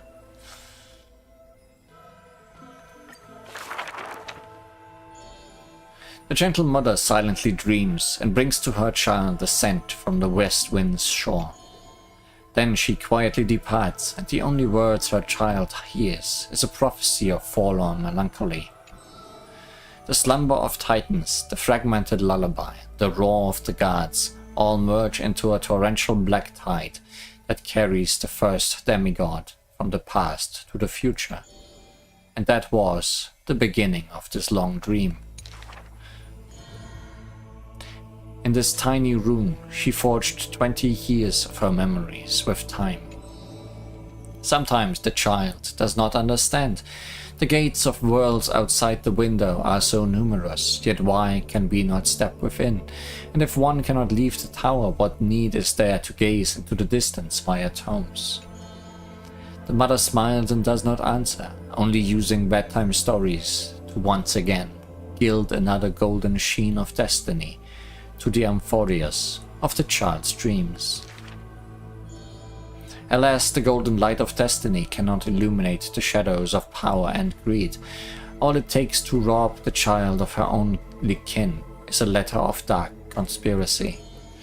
The culprit thought the murder had no flaws, but was unaware that the lamb was willingly stepped into the passage's dead end.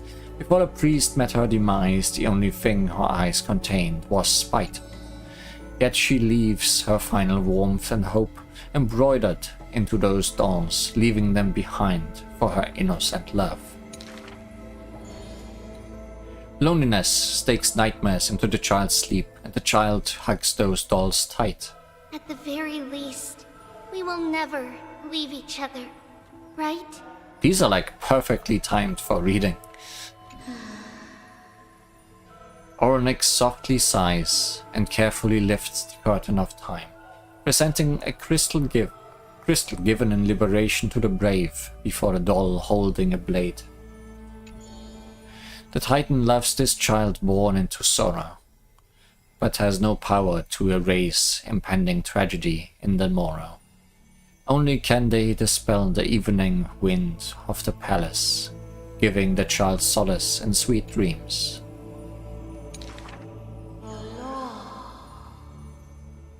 The Titan's fading proclamation cannot pull back the string of the girl's destiny. all shall bid farewell to one, and that person alone will witness the miracle. In the holy city adorned with falling flowers, the children recall that prophecy beside their friend that has passed away. But the girl has already passed through thousands of crossroads and continues to sail towards tomorrow. Oh, for that bright spot beyond, in the end of the west wind, where flowers bloom, blah blah blah blah.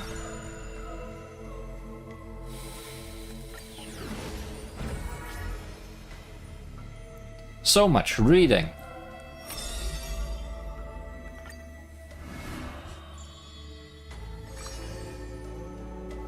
The day the lion went on campaign.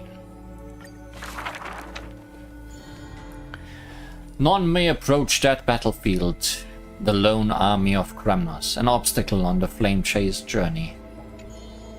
He ordered his troops to stand aside. That was the first meeting between hero and prince.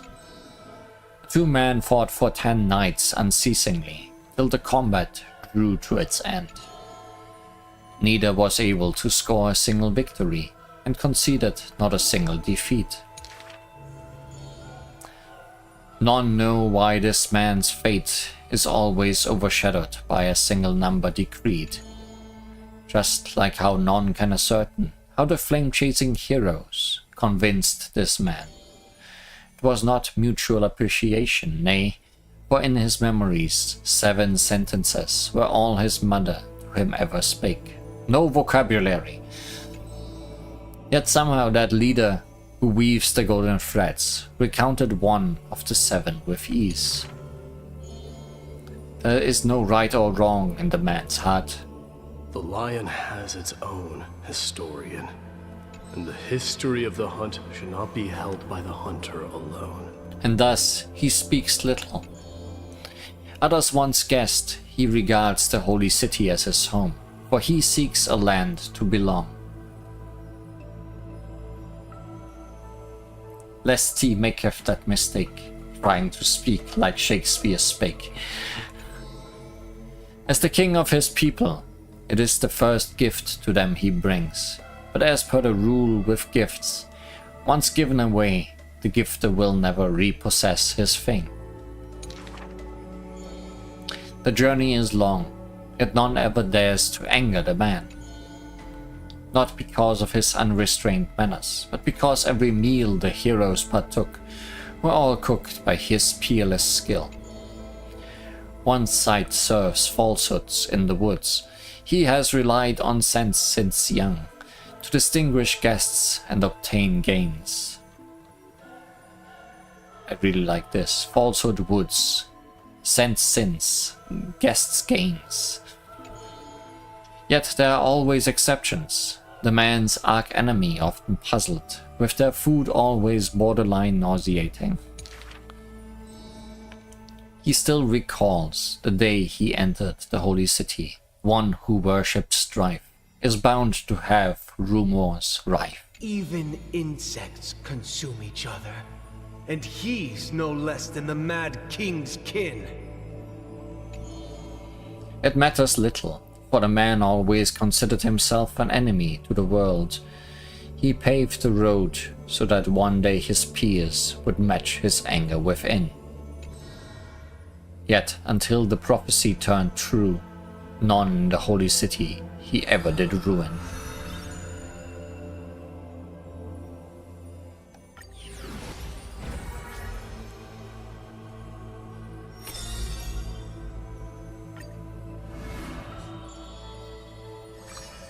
Curtain of swords and weave. A soul lyre down flows along the streets. Why does your mood change faster than the clouds above? I was too slow here. The audience face is covered in sorrow.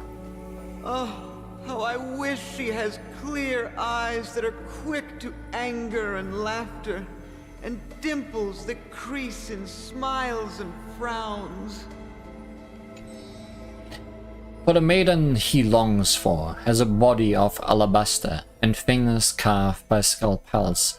In her runs blood of gold and a heart woven from threads. She has neither eyes nor dimples, lacking even a face, for she is Arglaea's garment maker, merely a demigod's serf. The gilded dressmaster, the executive of romance. How resplendent would her mansion be above the radiant dawning clouds. Nervously the visitor opens the doors, like parting curtains at a theater. The one with golden thread in hand is revealed standing betwixt figures of stone. Lady Aglaia, I am Apollos' retainer, here for an outfit to take to my master. Woman with no dimples? No way! He casts sideways glances as he bows, for the garment maker he adores is flanking her mistress, silent as a leaf accompanying a flower. Slender hands sculpted of ivory pull up the dress's train, as if with one breath alone the maiden will be revived. The creation of love and beauty indeed. As the visitor thinks thus, His thoughts prickled the golden threads in the room. If you wish to embrace such fantasies, She declares thus on the other end of the golden thread. you must beware of the scissors that can pierce through the chest.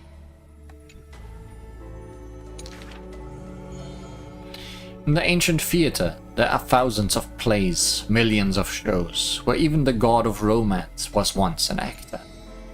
The weaver below the stage savors the show for inspiration. The ostracized poet finally returned home. The adoring lovers separated by misfortune. The hero betrayed fires his deadly arrow into the traitor's heart.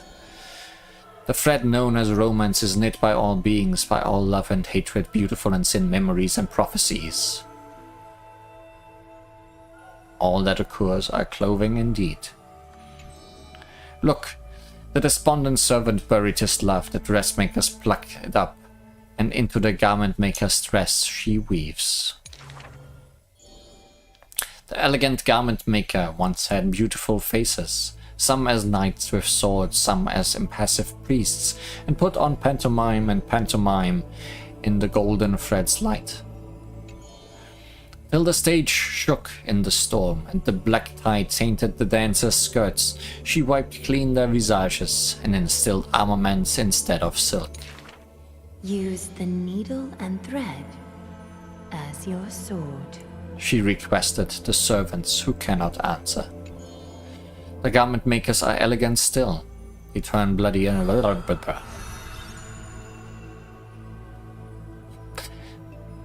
I want to know the decision between this closing by itself.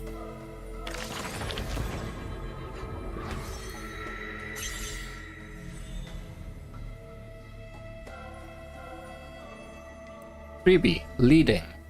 Still needing wonder.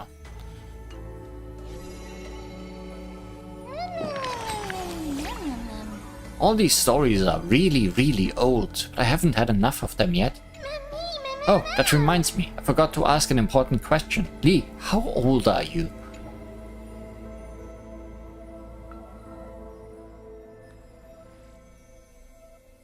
I forgot. It doesn't matter. No way! How will I know what gift to get you? Can't you just make something up? But I'm so happy that the moment I stepped into this world I met you, Lee.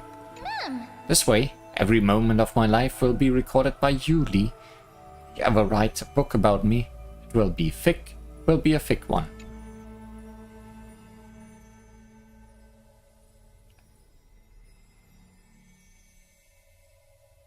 But my past is a crushing weight, shrouded in darkness. That kind of line won't fool me, Lee. Just looking into your eyes for a second is enough to tell. You are a very simple person.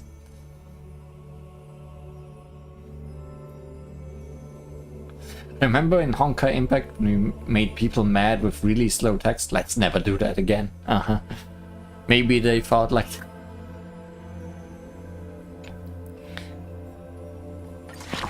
I'm so simple. But also we have one more. Having uncovered the secret behind Aeronova, now drop in that strand of nameless recollection.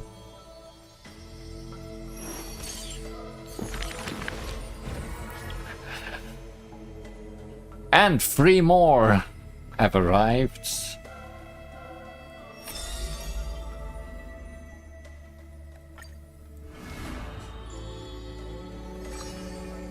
Discard not the broken.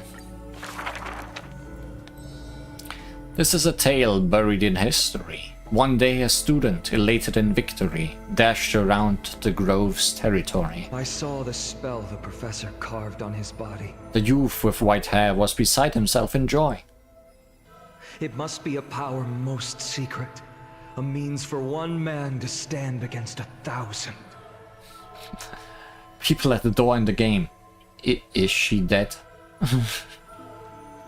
Might have died in my sleep. Although this is a long one, I just noticed. The spell was rare indeed, for it was a secret way to overturn a cart of hay. The scholar was still a mortal body, as yet to snatch life from death, or to reforge a new flesh through a god's remedy. Various minute tricks and parody. He studied them all, crafting schemes, oh so busy, for everyone knows he wished not to use the divine power that is his, refusing rightful custody.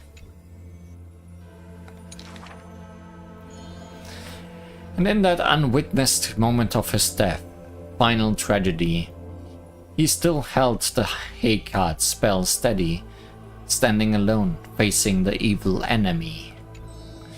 Now that craft is regarded as a magnificent study, not because of what it was, but because of its purpose, known to everybody. Hey, maybe it's not that long if you're doing one rhyme per page. In fact, he once crafted miracles, forging silent servants, using soil as vehicle. Though no sentience, they do their job without obstacles, rivaling Titankin in spectacle. Good rhymes too. However, one day he suddenly changed his tune. Creation is the Titan's work, and slavery is the Titan's manacle. When imitating divine evil, there's no need to invest reason, most pinnacle. He even rhymes himself. When the servant have all been recycled, he deigns not to explain, fearing to waste his reason or muscle. So he jokingly concludes the questioning with a chuckle. If it's just for odd jobs, students are a better gamble.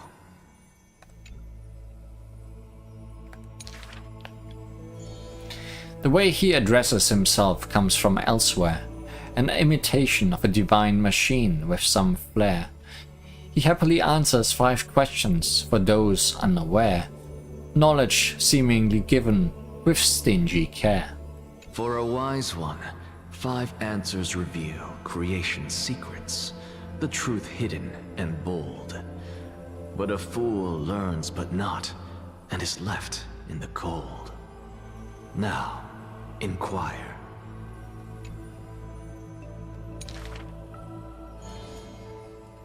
That is, in fact, the scholar's crafty snare. He hides the answer he seeks behind questions posed by those unaware, doling breadcrumbs as bait to lure and compare whether the inquirer may be worthy of his wisdom to share.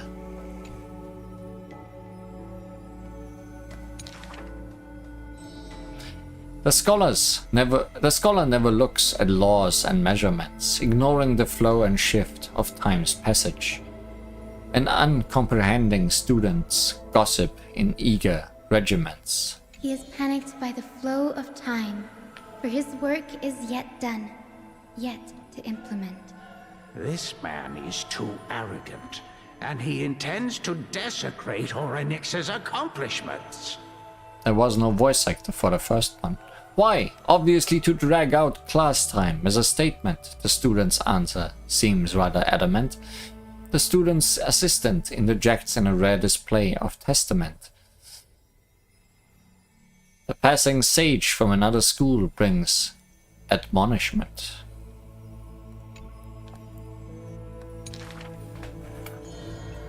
Outside the courtyard, the gossip flows into the scholar's ear. He suddenly gives a grade to every question and argument, but none know the true answer according to his judgment. Hey, wait, you didn't end it by yourself. You actually let me conclude. Great, it's even inconsistent. That's even better.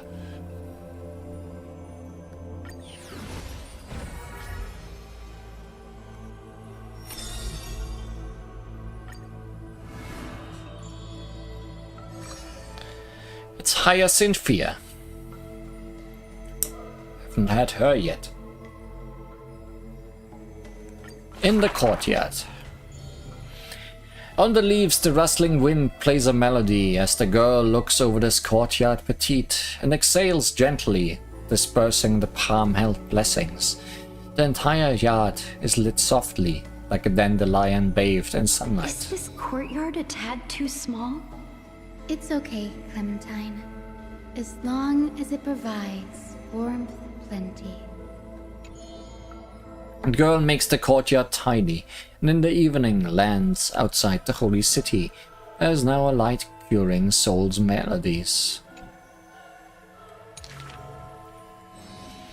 The girl's skills can bring forth miracles, but today she welcomes a patient quite special. Welcome to the Twilight Courtyard. How can I help you? The gravely patient shakes their head. The end times are coming, and we all wander more and more. Oh, you may heal our wounds, but you cannot cure despair. The girl watches the patient leave, and her heart swells in sorrow. Clementine, prepare some things with me. I want this place to be brighter tomorrow.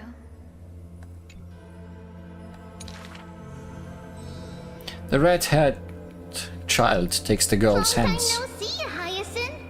Are you here in Akama for a visit, or do you need help from us? The girl recounts her needs.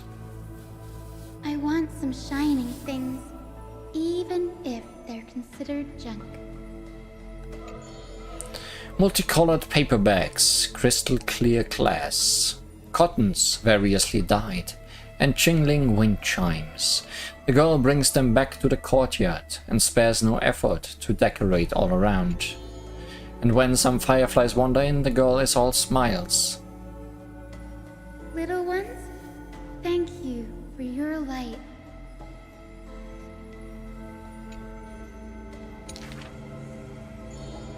The patient returns here and opens their eyes wide. Multicolored dreams on the rooftop now reside, and the lawns contain the sweet whispers of sunlight. A soft breeze passes with no hint of cold, only serving to wake the playful chimes and ocarinas of delight. Wow, there's light everywhere. What a warm place. The news is soon spread by the grove, and people with empty hearts visit in droves. The girl prepares candies and tea and listens to every visitor's complaints. People say there was once a star called the sun in the sky, but now that star is no longer there. People say that Aquila took away the world's light, but they still left behind a heart bright to illuminate this happy dream in the night. Like the blizzards in the month of mourning doth calamity fall, burying in warmth and dawn's calls. Orderless tides swallow up the grove of reason, and that tiny healing haven is also extinguished, broken and barren. When the girl far from home hears of such grave news, the wind brings to her a moment of confusion, but it also evaporates the tears that briefly spark into being, and the girl still smiles brightly and happy. Soon the people of Okama see once again the girl collecting more pieces and tokens, wanting to rebuild that pure haven. But she never realized that wherever she stood, she herself was that holy courtyard, that light-filled haven.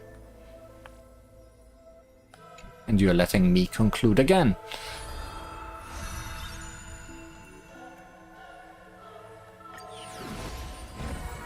Castorus. End us off.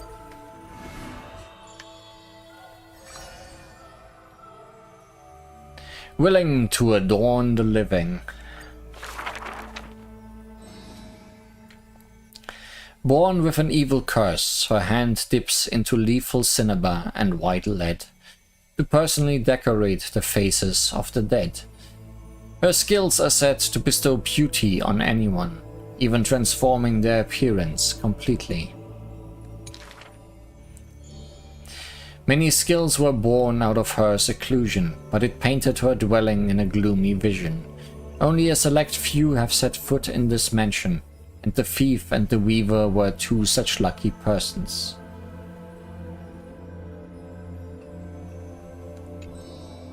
The girl converses with all items in the house, with specimens, tea sets, and even pillows in profusion, as if she can hear the responses of these non-living I things. have always lived in isolation. Out of courtesy, this is how I practice my words and actions.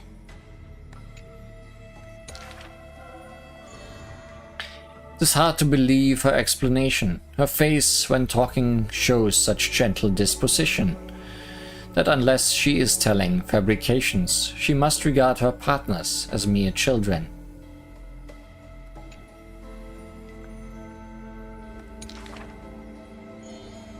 People passed these rumors down. Within the area of her encirclement, all things became frozen, escaping time's increments.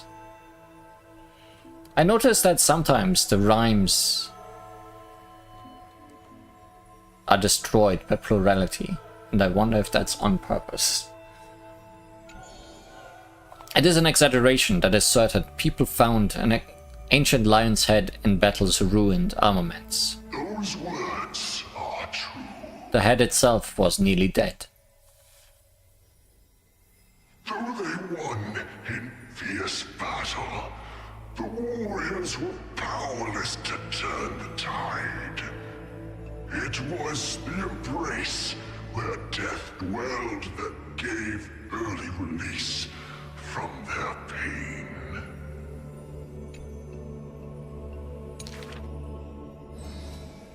This is how death escapes time. She keeps every final embrace hidden in her immortal heart. Out of her numerous works, butterflies and flowers often stand out stark. Ignite them, and you can almost hear the maker's remark.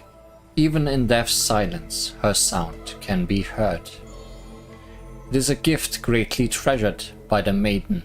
Few have the honor to be graced with such work. Only one has the heart to burn such gift, and the reason she gives is rather far-fetched. You must peer into all fates unknown.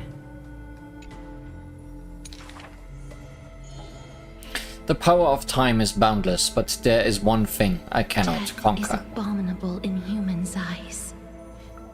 Apart from my identity, there's nothing about me worthy of praise. The beloved Gold Reaver hears this in distress, then tries to teach her the art of weaving and threads. It has been said that the maiden has works that the holy city possesses, but this is the judgment the Gold Reaver expresses. Ah, well, none can know all things, nor be skilled in all crafts. Her works are too early for the living to comprehend.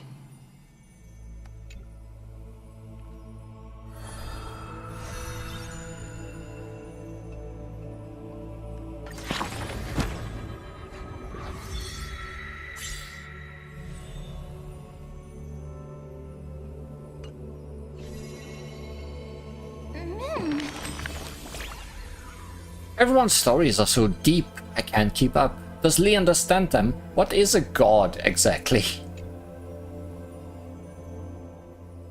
Always peeking at others. Peering, maybe even.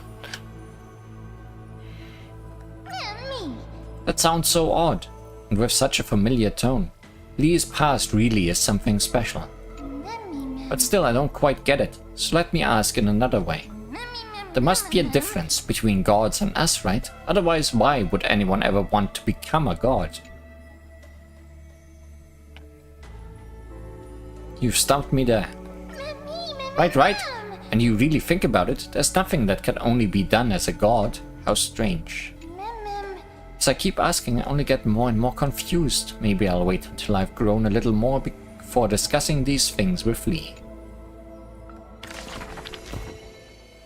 And we've booked completely. Oh, that's a lot of things.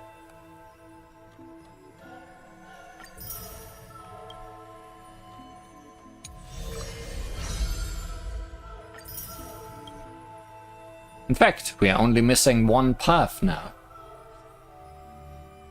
And we know who it is. It's Cypher, surely.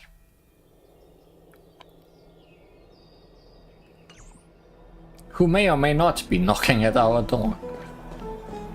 It's me. Oh. Close enough.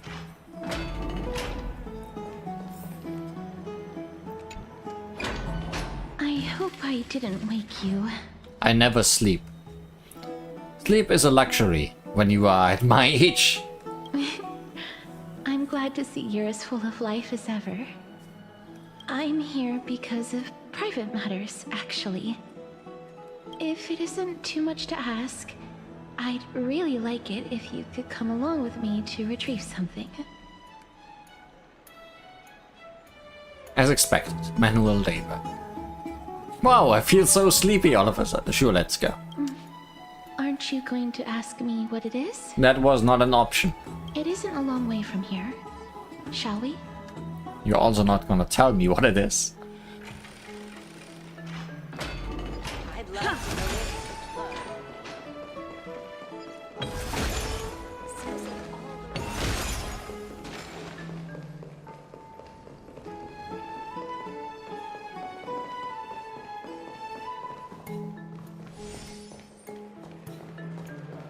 The streets are packed.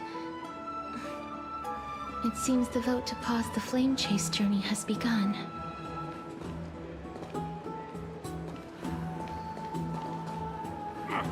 I want to vote! Tell me how I can vote! Take your ceramic shard engraved with the Kefali rune, select the Council of Elders in your heart, and pray silently until the shard registers your choice.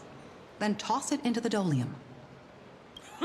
The Council of Elders? More like the Council of Buffoons? The Black Tide took my hometown long ago! Who are they kidding with bringing back Erechrysia? It's all a sham to create their own Erechrysia in Akama! The Titans are just. So long as we do not overstep our bounds again, we will not incur divine wrath. Oh, please. The time when these deranged Titans should have vacated their spot to the demigods is long overdue. You'll see soon enough, you old fogey.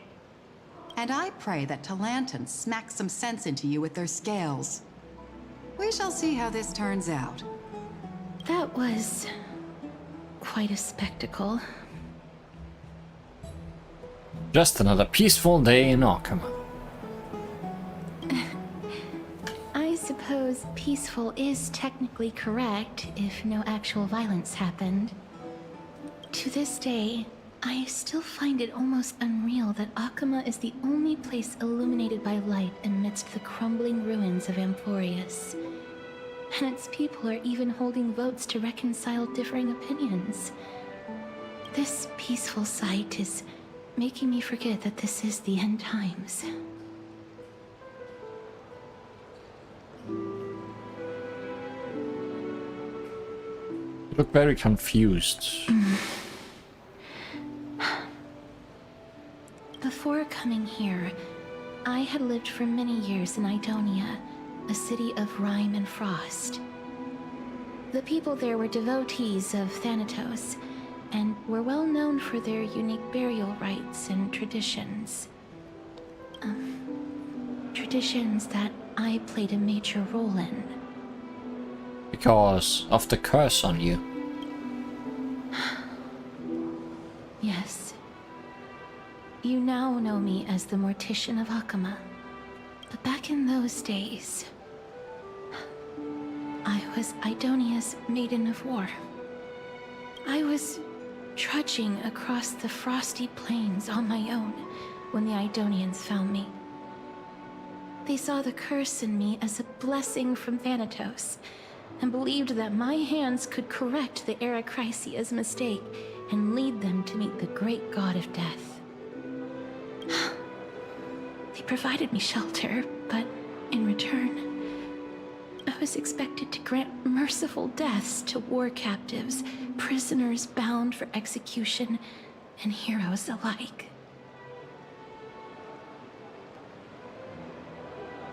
Is that some sort of end-of-life care? Is that how you see it too? But No matter how kind or cruel the means, nothing can change the essence of death. Taking away someone's life is never worthy of religious worship.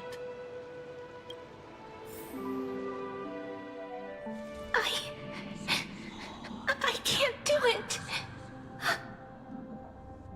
Their voices, they pierce my ears. The pleading, the thanks. Ah, I know that feeling, child. I was once as lost as you are now. But you must respect those walking towards death. Just like how you should respect yourself as the Holy Maiden granting humans glory and liberation. What you're asking me to do is no better than the task of an executioner. And yet you want me to respect myself. No matter the titles, I am still taking away human lives. This won't be the first time that Edonia's fanatical nether warriors have faced death. On the contrary, recruits new to the battlefield often run away from their first fight. Death is the mightiest and gravest power in this world. The fact that you can wield it means you are deserving of respect. That's such a twisted reason. Yeah, her voice still does not pierce the lip sync. Even less now with the younger voice. Then let me tell you a story. In Idonia, the great swords commonly used by executioners are called Draconian, in memory of Drakon, an elderly executioner. The sword has 3 air holes along its body. If the sword is swung down swiftly and accurately, the holes would make no sound, and the executed would also depart this world quickly and painlessly. But should the executioner have any hesitation, the holes would produce a piercing whistle. On that cue, the screams of the executed are sure to follow. Every executioner after Drakon is to hone their sword skills every day in preparation of future executions. Every swing of their blade must be more resolute than the last, for failing to do so will bring pain. Pain for the dying, as well as pain for themselves. No. I can never get used to this. You misunderstand, child. I am not telling you to get used to it. I'm asking you to consider the source of the dead's suffering and use that knowledge to fortify your future touches with more and more determination. Go, walk with the dead and love them as you love life. Then you'll no longer hear those noises.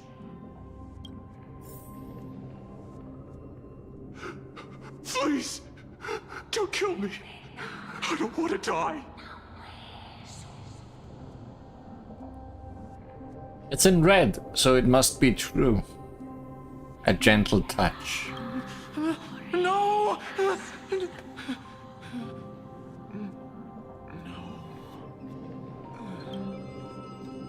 You gently touch the prisoner's forehead with your finger. His face is pale, his eyes flicker with fear, and his body trembles uncontrollably. Is it because of fear, anger, and hatred, or is your so-called merciful touch of death simply a lie? The dark purple mottles spread like petals across the dead row inmate's face, then seemed to be submerged by spring water flooding his body. His trembling ceases, and he and the cries that had once begged for mercy slowly turned into a sigh-like whimper as he murmurs to himself. Quickly, everything falls into a dead silence, turning into the pitch-black dew that scatters with the wind. You hear your own heartbeat drown out the sound of heavy breathing. May you gain some insights through his sacrifice. Is this all? No. Come with me. This is just the beginning of your life as the Maiden of War. You executioner! Castoris has joined the team temporarily.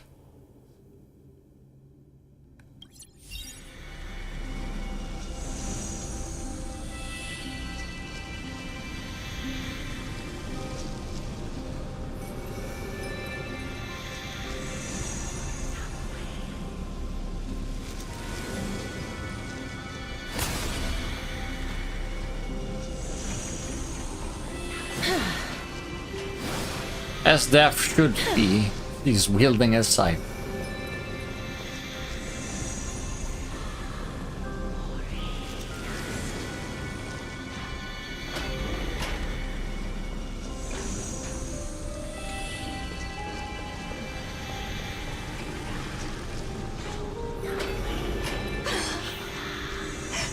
Holy Maiden! Go. Grant her glorious death.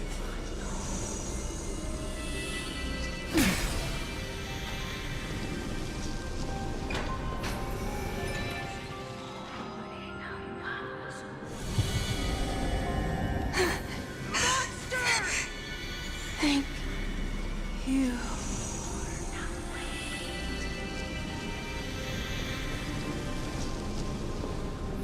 Do it then, executioner.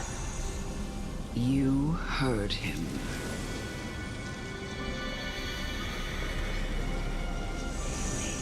Imposed with punishment.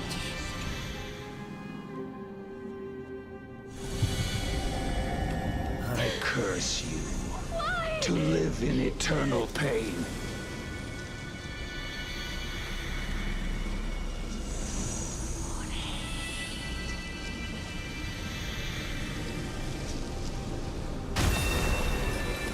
Emerge from your cocoon.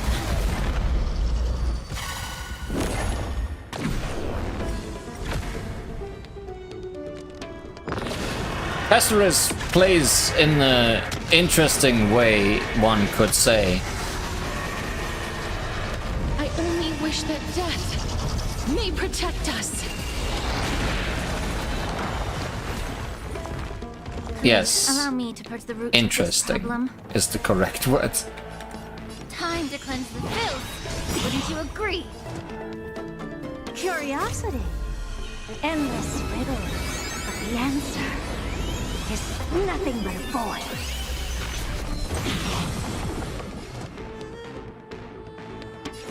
You've just got to expand your thinking. Glimpse the unknown for a moment. And let it captivate you. You too will soon head to the Netherrealm. Silence. Wraithfly's Keris consumes all allies' HP, deals quantum damage to one enemy, and minor quantum damage to adjacent targets. So yeah, she takes HP from allies for her attacks. Do this as you wish.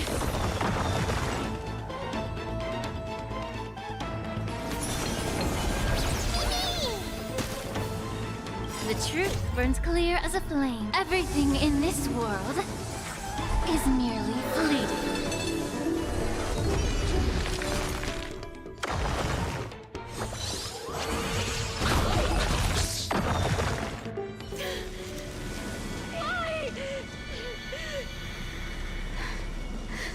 Please, grant me release.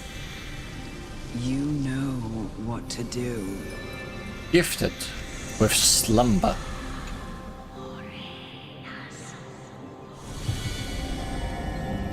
When will this ever end?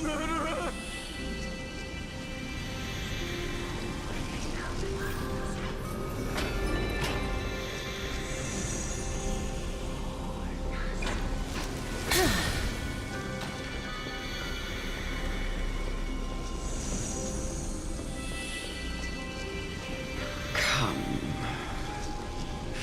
Fulfill your duty. What?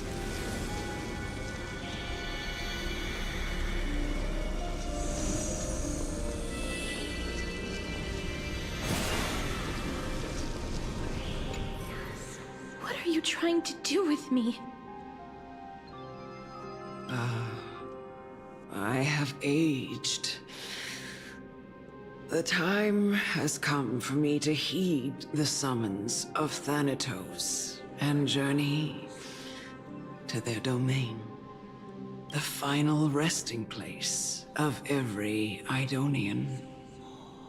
You're not that old yet. You still have many, many years ahead of you. No. I'm already dead. For I have come to fear my declining health and impending death. Ah, Castoris. Will you give me one last chance to charge towards fear and prove that I am no coward? I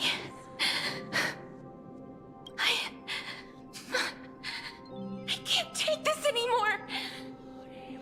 Child, it was I who brought you here from the frosty plains and set your farcical fate in motion. It was also I, Chief Executioner of Idonia, who forced the heavy duty of executing others onto you. I've always known that you have doubts and even anger about my faith and about me. I never had a choice. Indeed. We essentially abducted you. Yet you can end any sinful life with just a touch of your fingers. Shouldn't it be easy for you to escape from here? I'll never do that. It doesn't matter how lightly the Idonians take death, or how readily they accept it. I simply can't do it. I knew I was right about you. What do you mean? I've taught you and cared for you as my own daughter all this time because of this blessing that's been with you since your birth. I know no one else in the world would understand the weight of life and death more than you do. In the eyes of an Idonian, death is the end of all life. A destination we will all eventually reach. Humans should not resist it, but learn how to face it. You can only live your life to the fullest after understanding this principle. And when you do, even if you eventually leave Idonia's protection, even if you must carry the curse forever, you can live with your head held high, like everyone else. No! How can I? Come now. It's time. I've already taught you all that I know. Show me that you are a fitting holy maiden. Or at least, that you possess the resolve to become one. Come now. It's time. I've already taught you all that I know. Show me that you are a fitting holy maiden.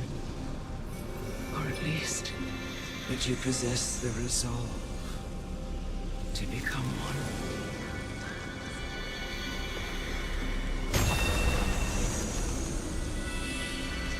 Emerge from your cocoon.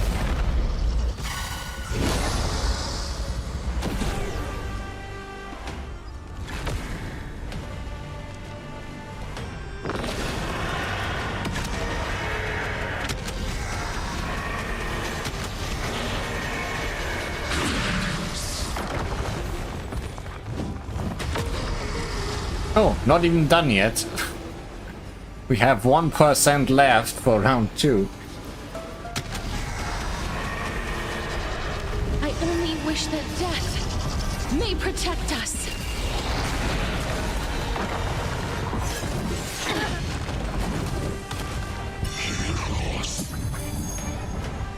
Life is not as fragile as butterfly wings. Please, wilt here. How about we dissipate that foul stench, both body and mind? Must be pure all at once. I don't the door to a whole new world.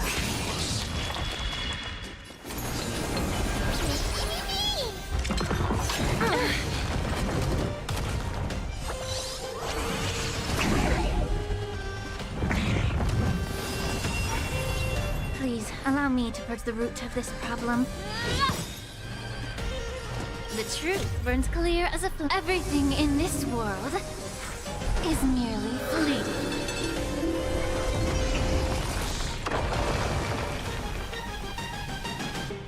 You've just got to expand your thinking.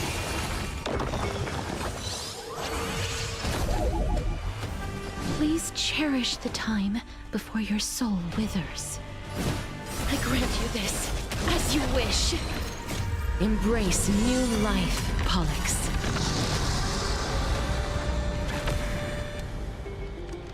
Goodbye, friend. It was nice having you, but I am a dragon. I only wish that death may protect us.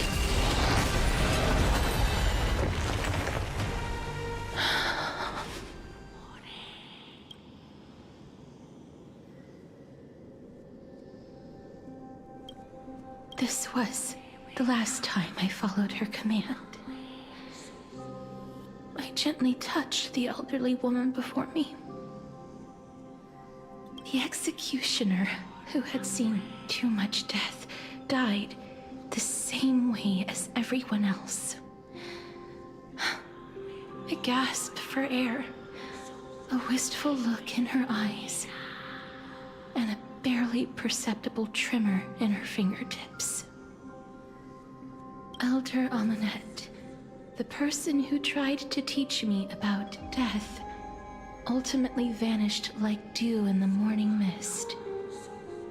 She spent her life embodying the beliefs of the Idonians, and when death finally came, she embraced it exactly as their doctrine had taught. I have nothing but respect for her. I erected a cenotaph in her honor in the marshes outside Idonia's city walls with the others I had laid to rest. Then, I set out once more in search of Thanatos. It was a long, long journey. I heard so many discussions about death along the way. Life finds meaning in death. The world improves because there is an end. It seems the most terrible darkness in this world. Everyone talks about its heavy weight. Some resist it, some worship it, and some even revere it. How did a disappeared titan become the deepest fear of humankind? And why do they haunt my dreams? I continued my travels to seek an answer. Initially, I was running away. Then, I started searching for it. And now, at the end, I just want to know if my touch, if my embrace, can do more than taking things away. Can I make anything? Can I leave anything behind? I don't want to die. Please, I'm begging you, just let me go. I don't want to die, please. I don't want mercy like this. Just let me go, Ethan. I don't... Welcome to anime. It's lethal. I hate these icy hands.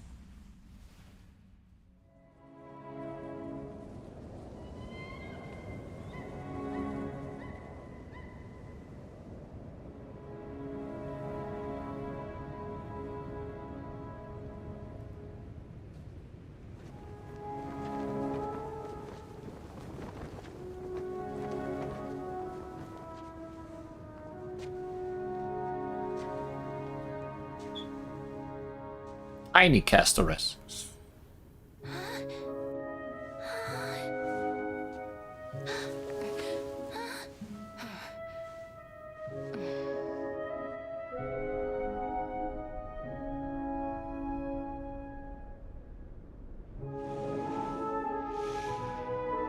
Get it over with. End its suffering.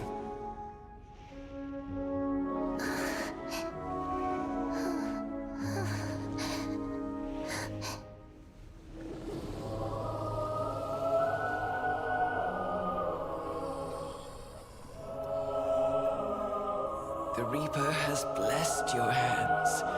Only you can grant them peace.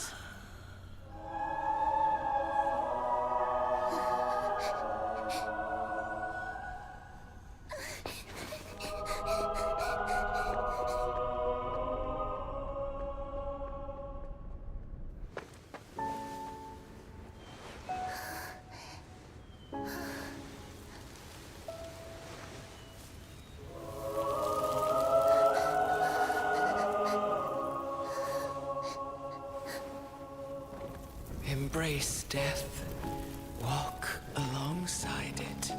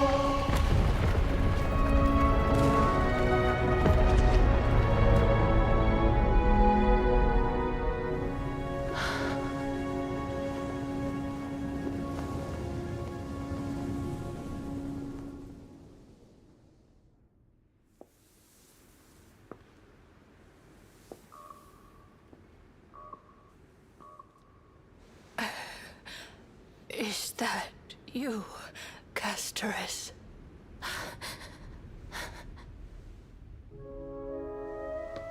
All of them have gone, heeding death's summon, crossing into their domain. I must go too. I don't fear it, just I have some regrets. Watching people leave this world again and again, it must be lonely for you. You must want to desperately embrace them before they go. I can't. These hands, they're too cold.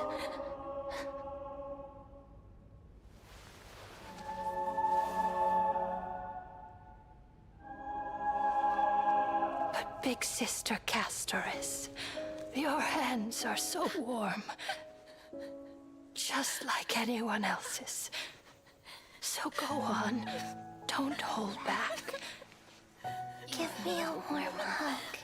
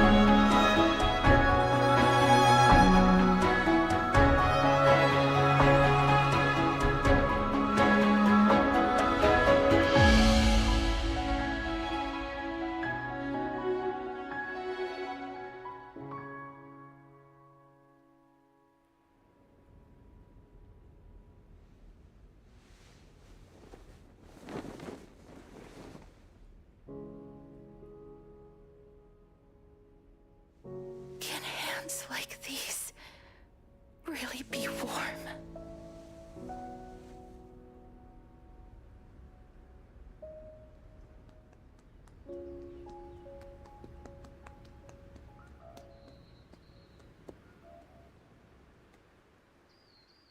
Oh dear. I'm assuming the difference between the branch and the glove is distance. On the day that Oryx's trial ended, you must have had many questions. Not so much as the touch itself.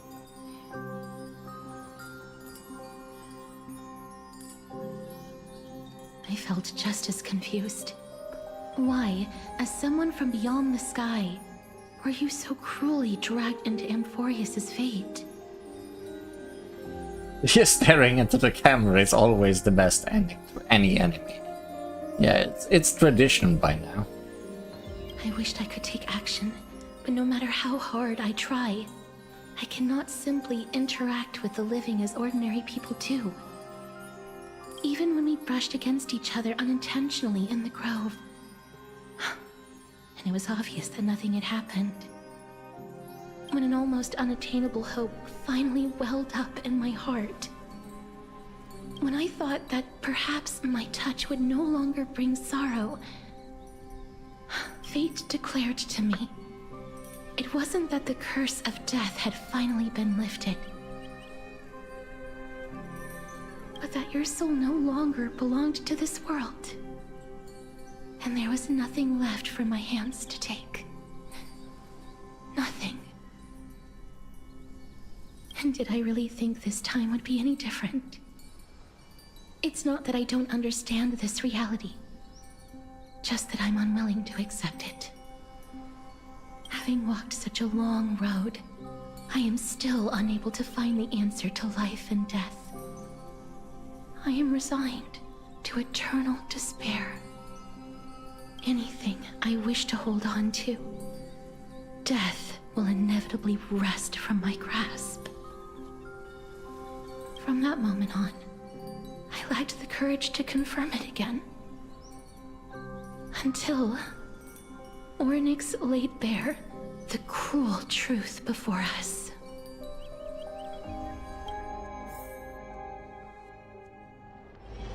But now, perhaps might have one last chance. Long ago, Trinan read a prophecy to me. At the end of the Sea of Flowers, the souls of the living shall warm thy fingertips, and after an embrace, there shall be eternal separation. I found no surprise in it, for her words sounded not like a foretelling, but a perfect reflection of my past. Embraces in this world are born of reunions, yet my touch speaks only of farewells. In that moment, I had no doubt that this destiny would weave itself through the entirety of my life. And yet, things have taken a turn for the better. Now that I can finally have an audience with Thanatos, perhaps I can rewrite the meaning of that fated prophecy. I have no reason not to give it my all. For your sake, and for my own.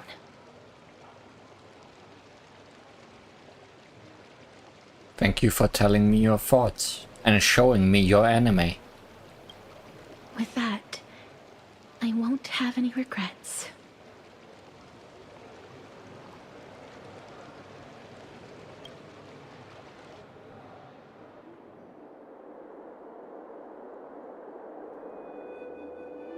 My gift. Let's put that aside for the moment. We've arrived. I want to retrieve a small gift I specially prepared for you. I made it myself, like the trinket I gave Lady Trian. I want to leave something for everyone, if possible. The journey to seek an audience with the Death Titan cannot be an easy one. I want to make full use of every moment I have before we depart, so that I don't have any regrets. Is it a brooch with my face on it? No, it isn't. You'll know when you see it. Is it a new baseball bat? Look, it's right there. I mean, I can use those as a baseball bat. Huh? Where did it go? What's going on?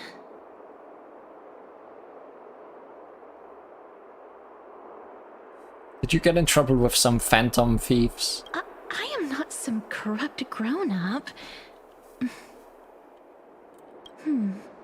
What's this? A grinning cat. The coin of Zagreus and a slate. Cipher. So it's her. Holy moly, a kitty thief! No doubt about it. This is her favorite symbol. A cacodemon. No, a cat-o-demon. It's Lady Cipher, the demigod of Zagreus whom Lady Aglaia had spoken of. She's a master thief who's left legendary tales all over Amphorius. So many years have passed, yet she's still announcing herself in such a crass manner. Let's just do as the slate says and look for Lady Cipher. Letter from the Phantom Thief Cipher. Dear Princess Homebody, walking through the busy garden, I discovered the remarkable gifts crafted by Princess Homebody. They are truly splendid, and I am most impressed. I'm also taken with your charming presents prepared for fellow Chrysos heirs.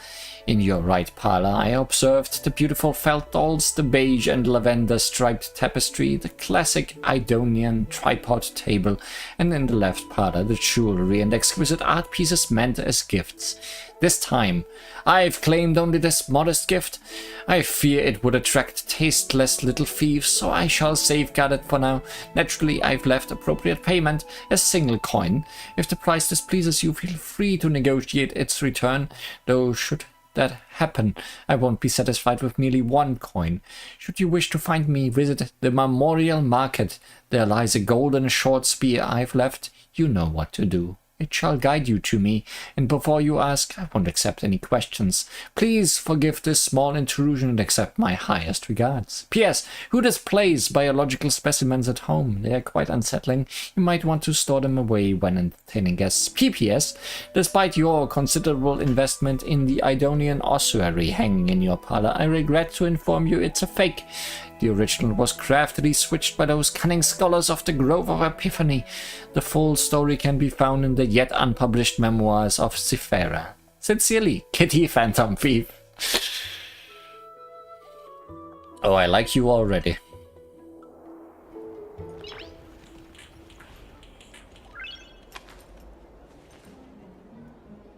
Short walk to a short sphere. It's right there. This is the golden short spear mentioned in the thief's letter. Letter from the Phantom Thief. A Phantom Thief's letter left behind by Kitty Phantom Thief Cypher out of courtesy and honor. I fear it would attract tasteless little thieves, so I shall safeguard it for now. These are the Flame Chasers, so obviously we need a Padofelis. Cypher's coin. A coin left behind by Kitty Phantom Thief Cypher out of courtesy and honor. Naturally, I've left appropriate payment. A single coin.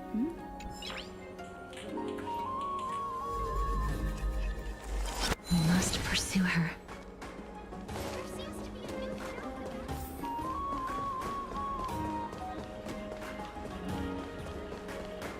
Huh? That's 2 spears now. This is a trick she left for us. Clearly, Kitty Phantom Thief wants to play a little game with you. 2 short spears. 1 correct, 1 wrong. Let me check the hint on the scroll. 2 golden short spheres. Only the golden short sphere engraved with the truth can lead you to Kitty Phantom Thief. Inspect the left spear. The left spear is engraved with the words, "Don't be fooled." The right spear is engraved with lies. The right spear is engraved with the words, "Trust me, grey mystery." Both spears are engraved with the truth.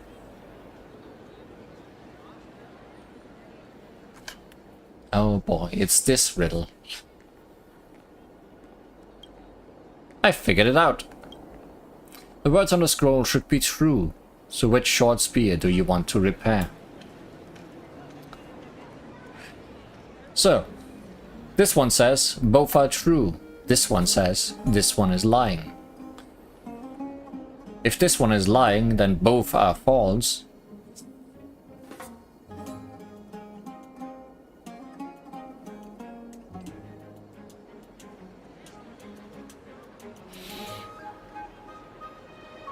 So this one would be true.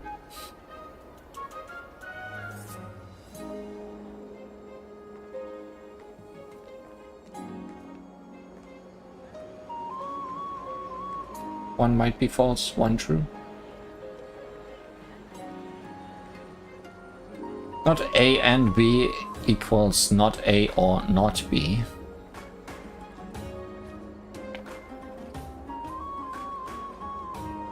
Yeah, the left is okay.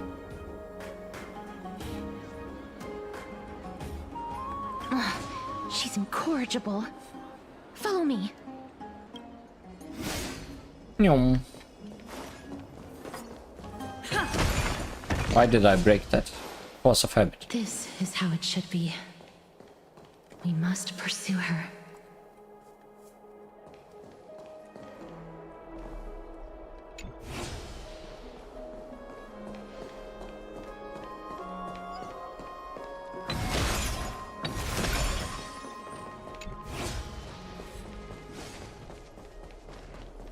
Don't hit the dinosaur. Sorry, Mr. Cypher. Cypher. If this Dromas truly is her, appears to be quite content. Her gaze filled with 3 parts sincerity, 3 parts approval, 3 parts triumph, and 3 parts haha grey mystery. You've lost if you take this seriously. I see, so a Dromas is a cat.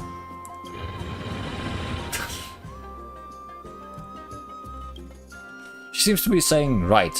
Oh no. Yes.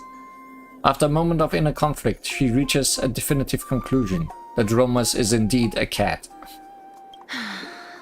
Lady Cypher, please come on out. You're still careless as ever. Shouldn't you keep such a precious gift near your bosom? Since you know it's a gift for someone else, please give it back to me. Stop hiding among the people and letting the wind carry your voice. Now, since I know it's a gift, that just means I need to milk its worth. The children of the wind never stay for long in one place. Unless your offer is tempting enough to still the wind. What say you? Name your price. I'll give you however much you want.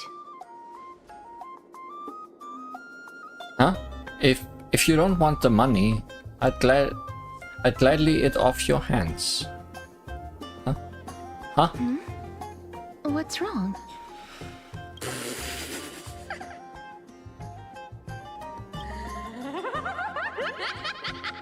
No wonder they call you Princess Homebody.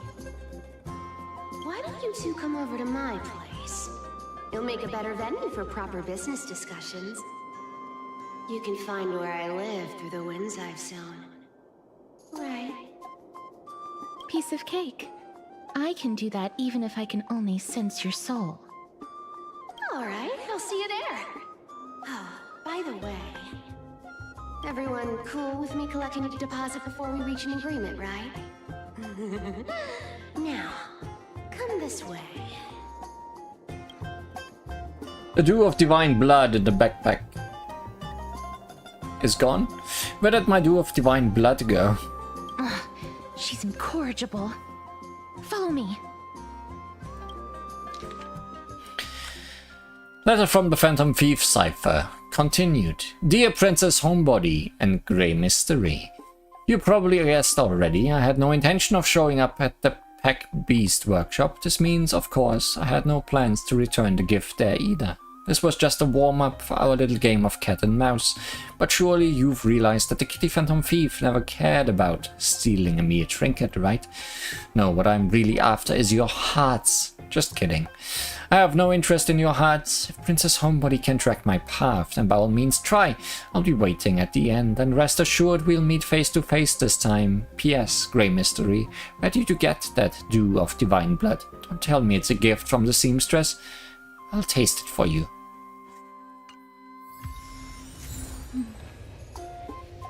Well, at least we got more money.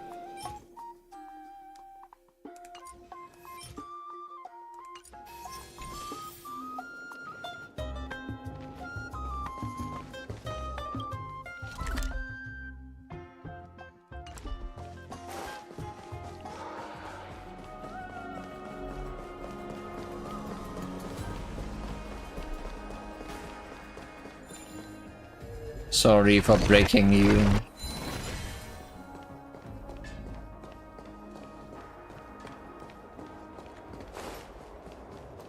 How do you get on top this building again? Was it this way?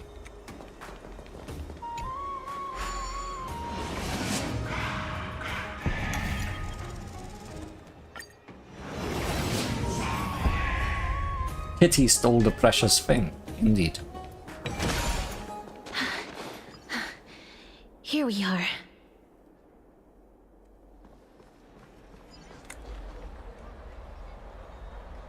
Over here! Over here! No, not that way! This way! Come on. If I really wanted to hide, you'd never find me. So relax, you two. No need to get your hackles up. I'm not that scary, am I? Yeah. It's a cat.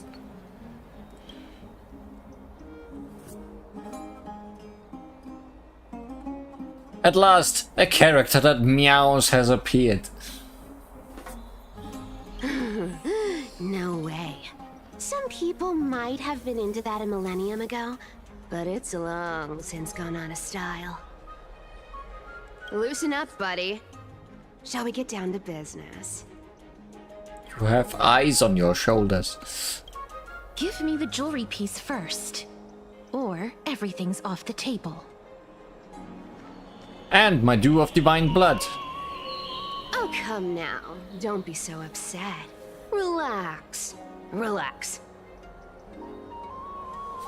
Are the ears real or part of the cape? That also is a good question. Look, isn't the view here just great?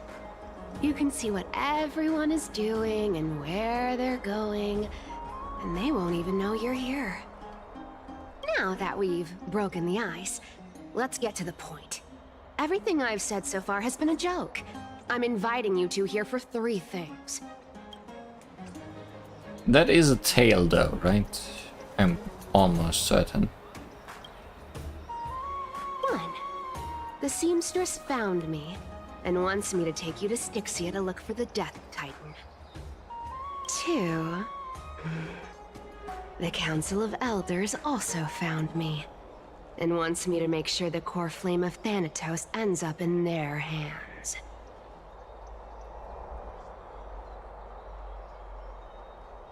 Look at you having your finger in both pies. And last but not least, I'm telling you that I'm not interested in doing either of those things. Don't go look for the Death Titan. The end.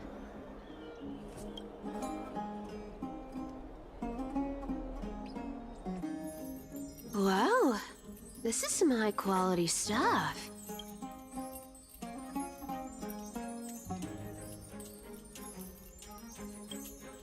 Treasure cat. And this room is full of it. How much are these worth, Did you get all this through that Aranova gimmick? Yeah, the tail is definitely real, so I'm assuming the ears are also real.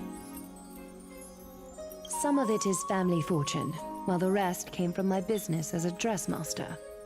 Don't liken the flame chase work to your shady dealings. Wow. I should have busted down your door instead of going around like a thief. Well, spill. Why are you giving me so much money? Payment for doing work. You're worth this much. Did you forget my stance to all this? I thought I made myself very clear. You wish to run away. Run away from your responsibilities, from the prophecy, and from your destiny. You shall walk with greed and die over petty change. I understand this prophecy weighs on you immensely. That is why I have never reproached the demigod of trickery for running away. But I need you right now, so don't turn me down. You know, maybe the gods got your tongue with their golden threads, Aglaya. I'm not hearing any sincerity in your words. Give me a reason why you're bowing your noble head to me. We lost Trian. Oh.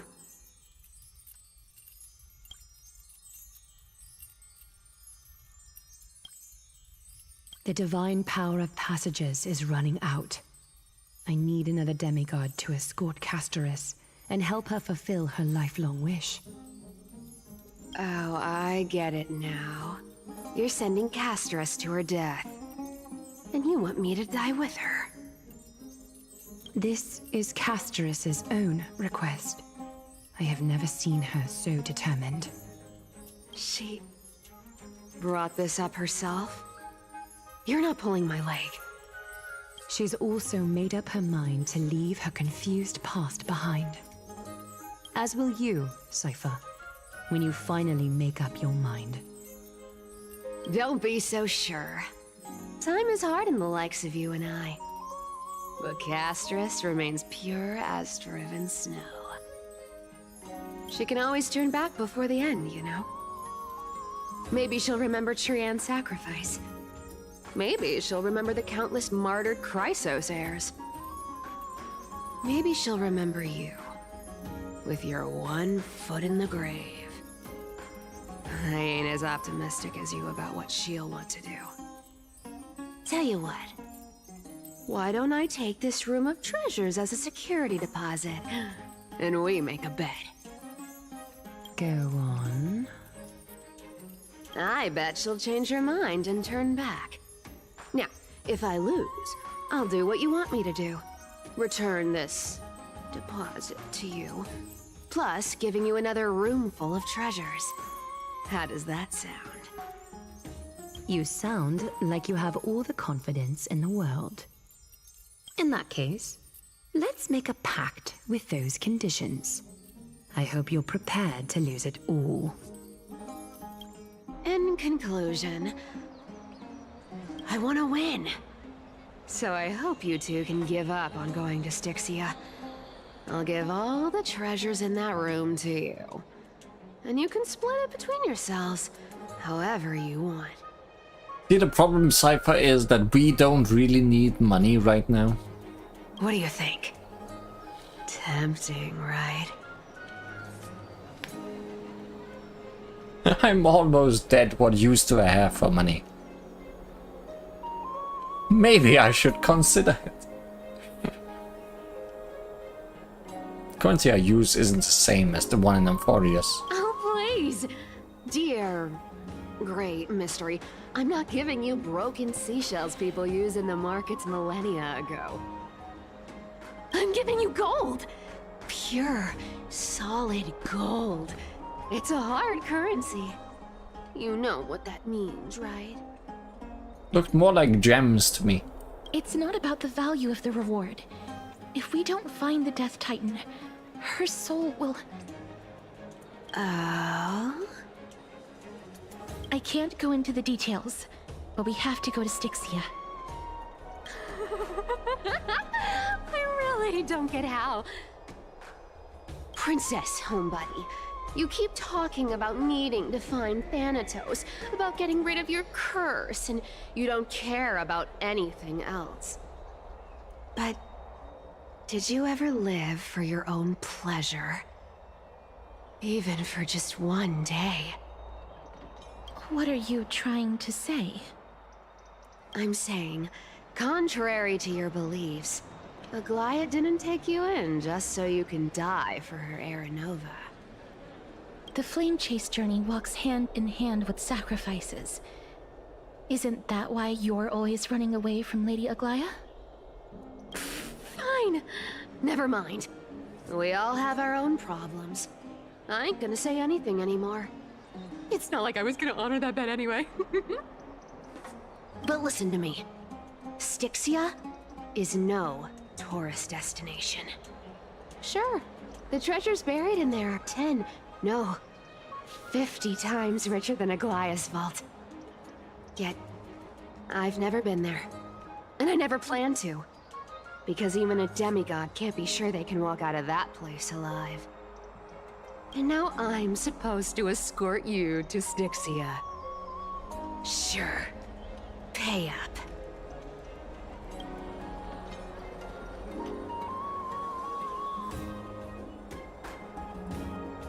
I'll give you however much you want. It's not like I don't have a lot. Me too. I have lived a longer life than most people.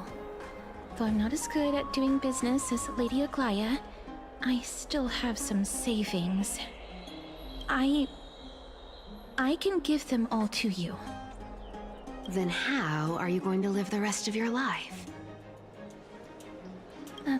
Then I'll give you 90, no, 80%.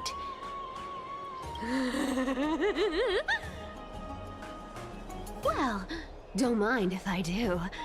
80% of Castris's savings and a bottle of dew of divine blood. Not a bad trade.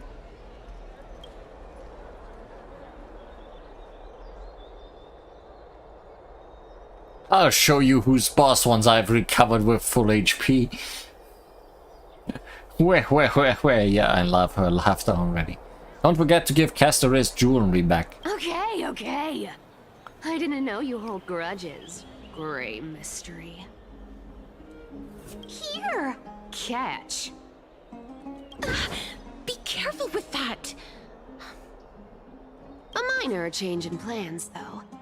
Don't go to the bath tomorrow. Come look for me at Akama's city gates instead. So, why are you changing the meeting place? Oh, nothing really. Just a bit scared of the seamstress's frosty face. I wouldn't stay a second longer in Akama if it were up to me. Well, now that we've struck a deal, why don't I give you guys a lift back? It's gonna be a long ride. So have a good rest.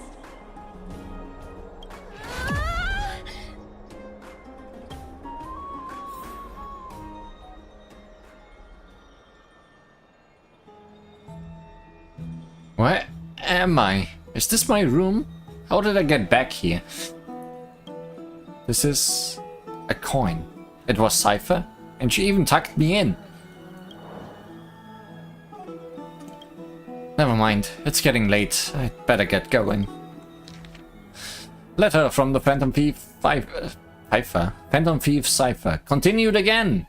Great mystery. These formal addresses at the start of letters are such a hassle, and you've already read 3 useless Phantom Thief letters. I have left Princess Homebody's gift here. Take good care of it. Remember, skip the baths and come straight to Okama's city gate to find me. You know I have no patience. Come late, and I'll leave without you, clear? P.S. Yes, I'm the one who tucked you in. You're welcome. Hue.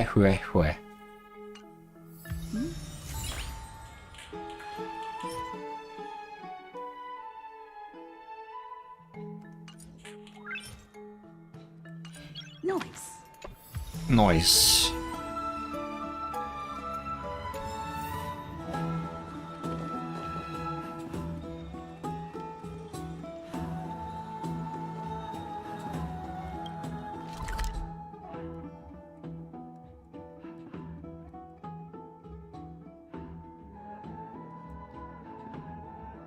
Part of me wonders if I should stop here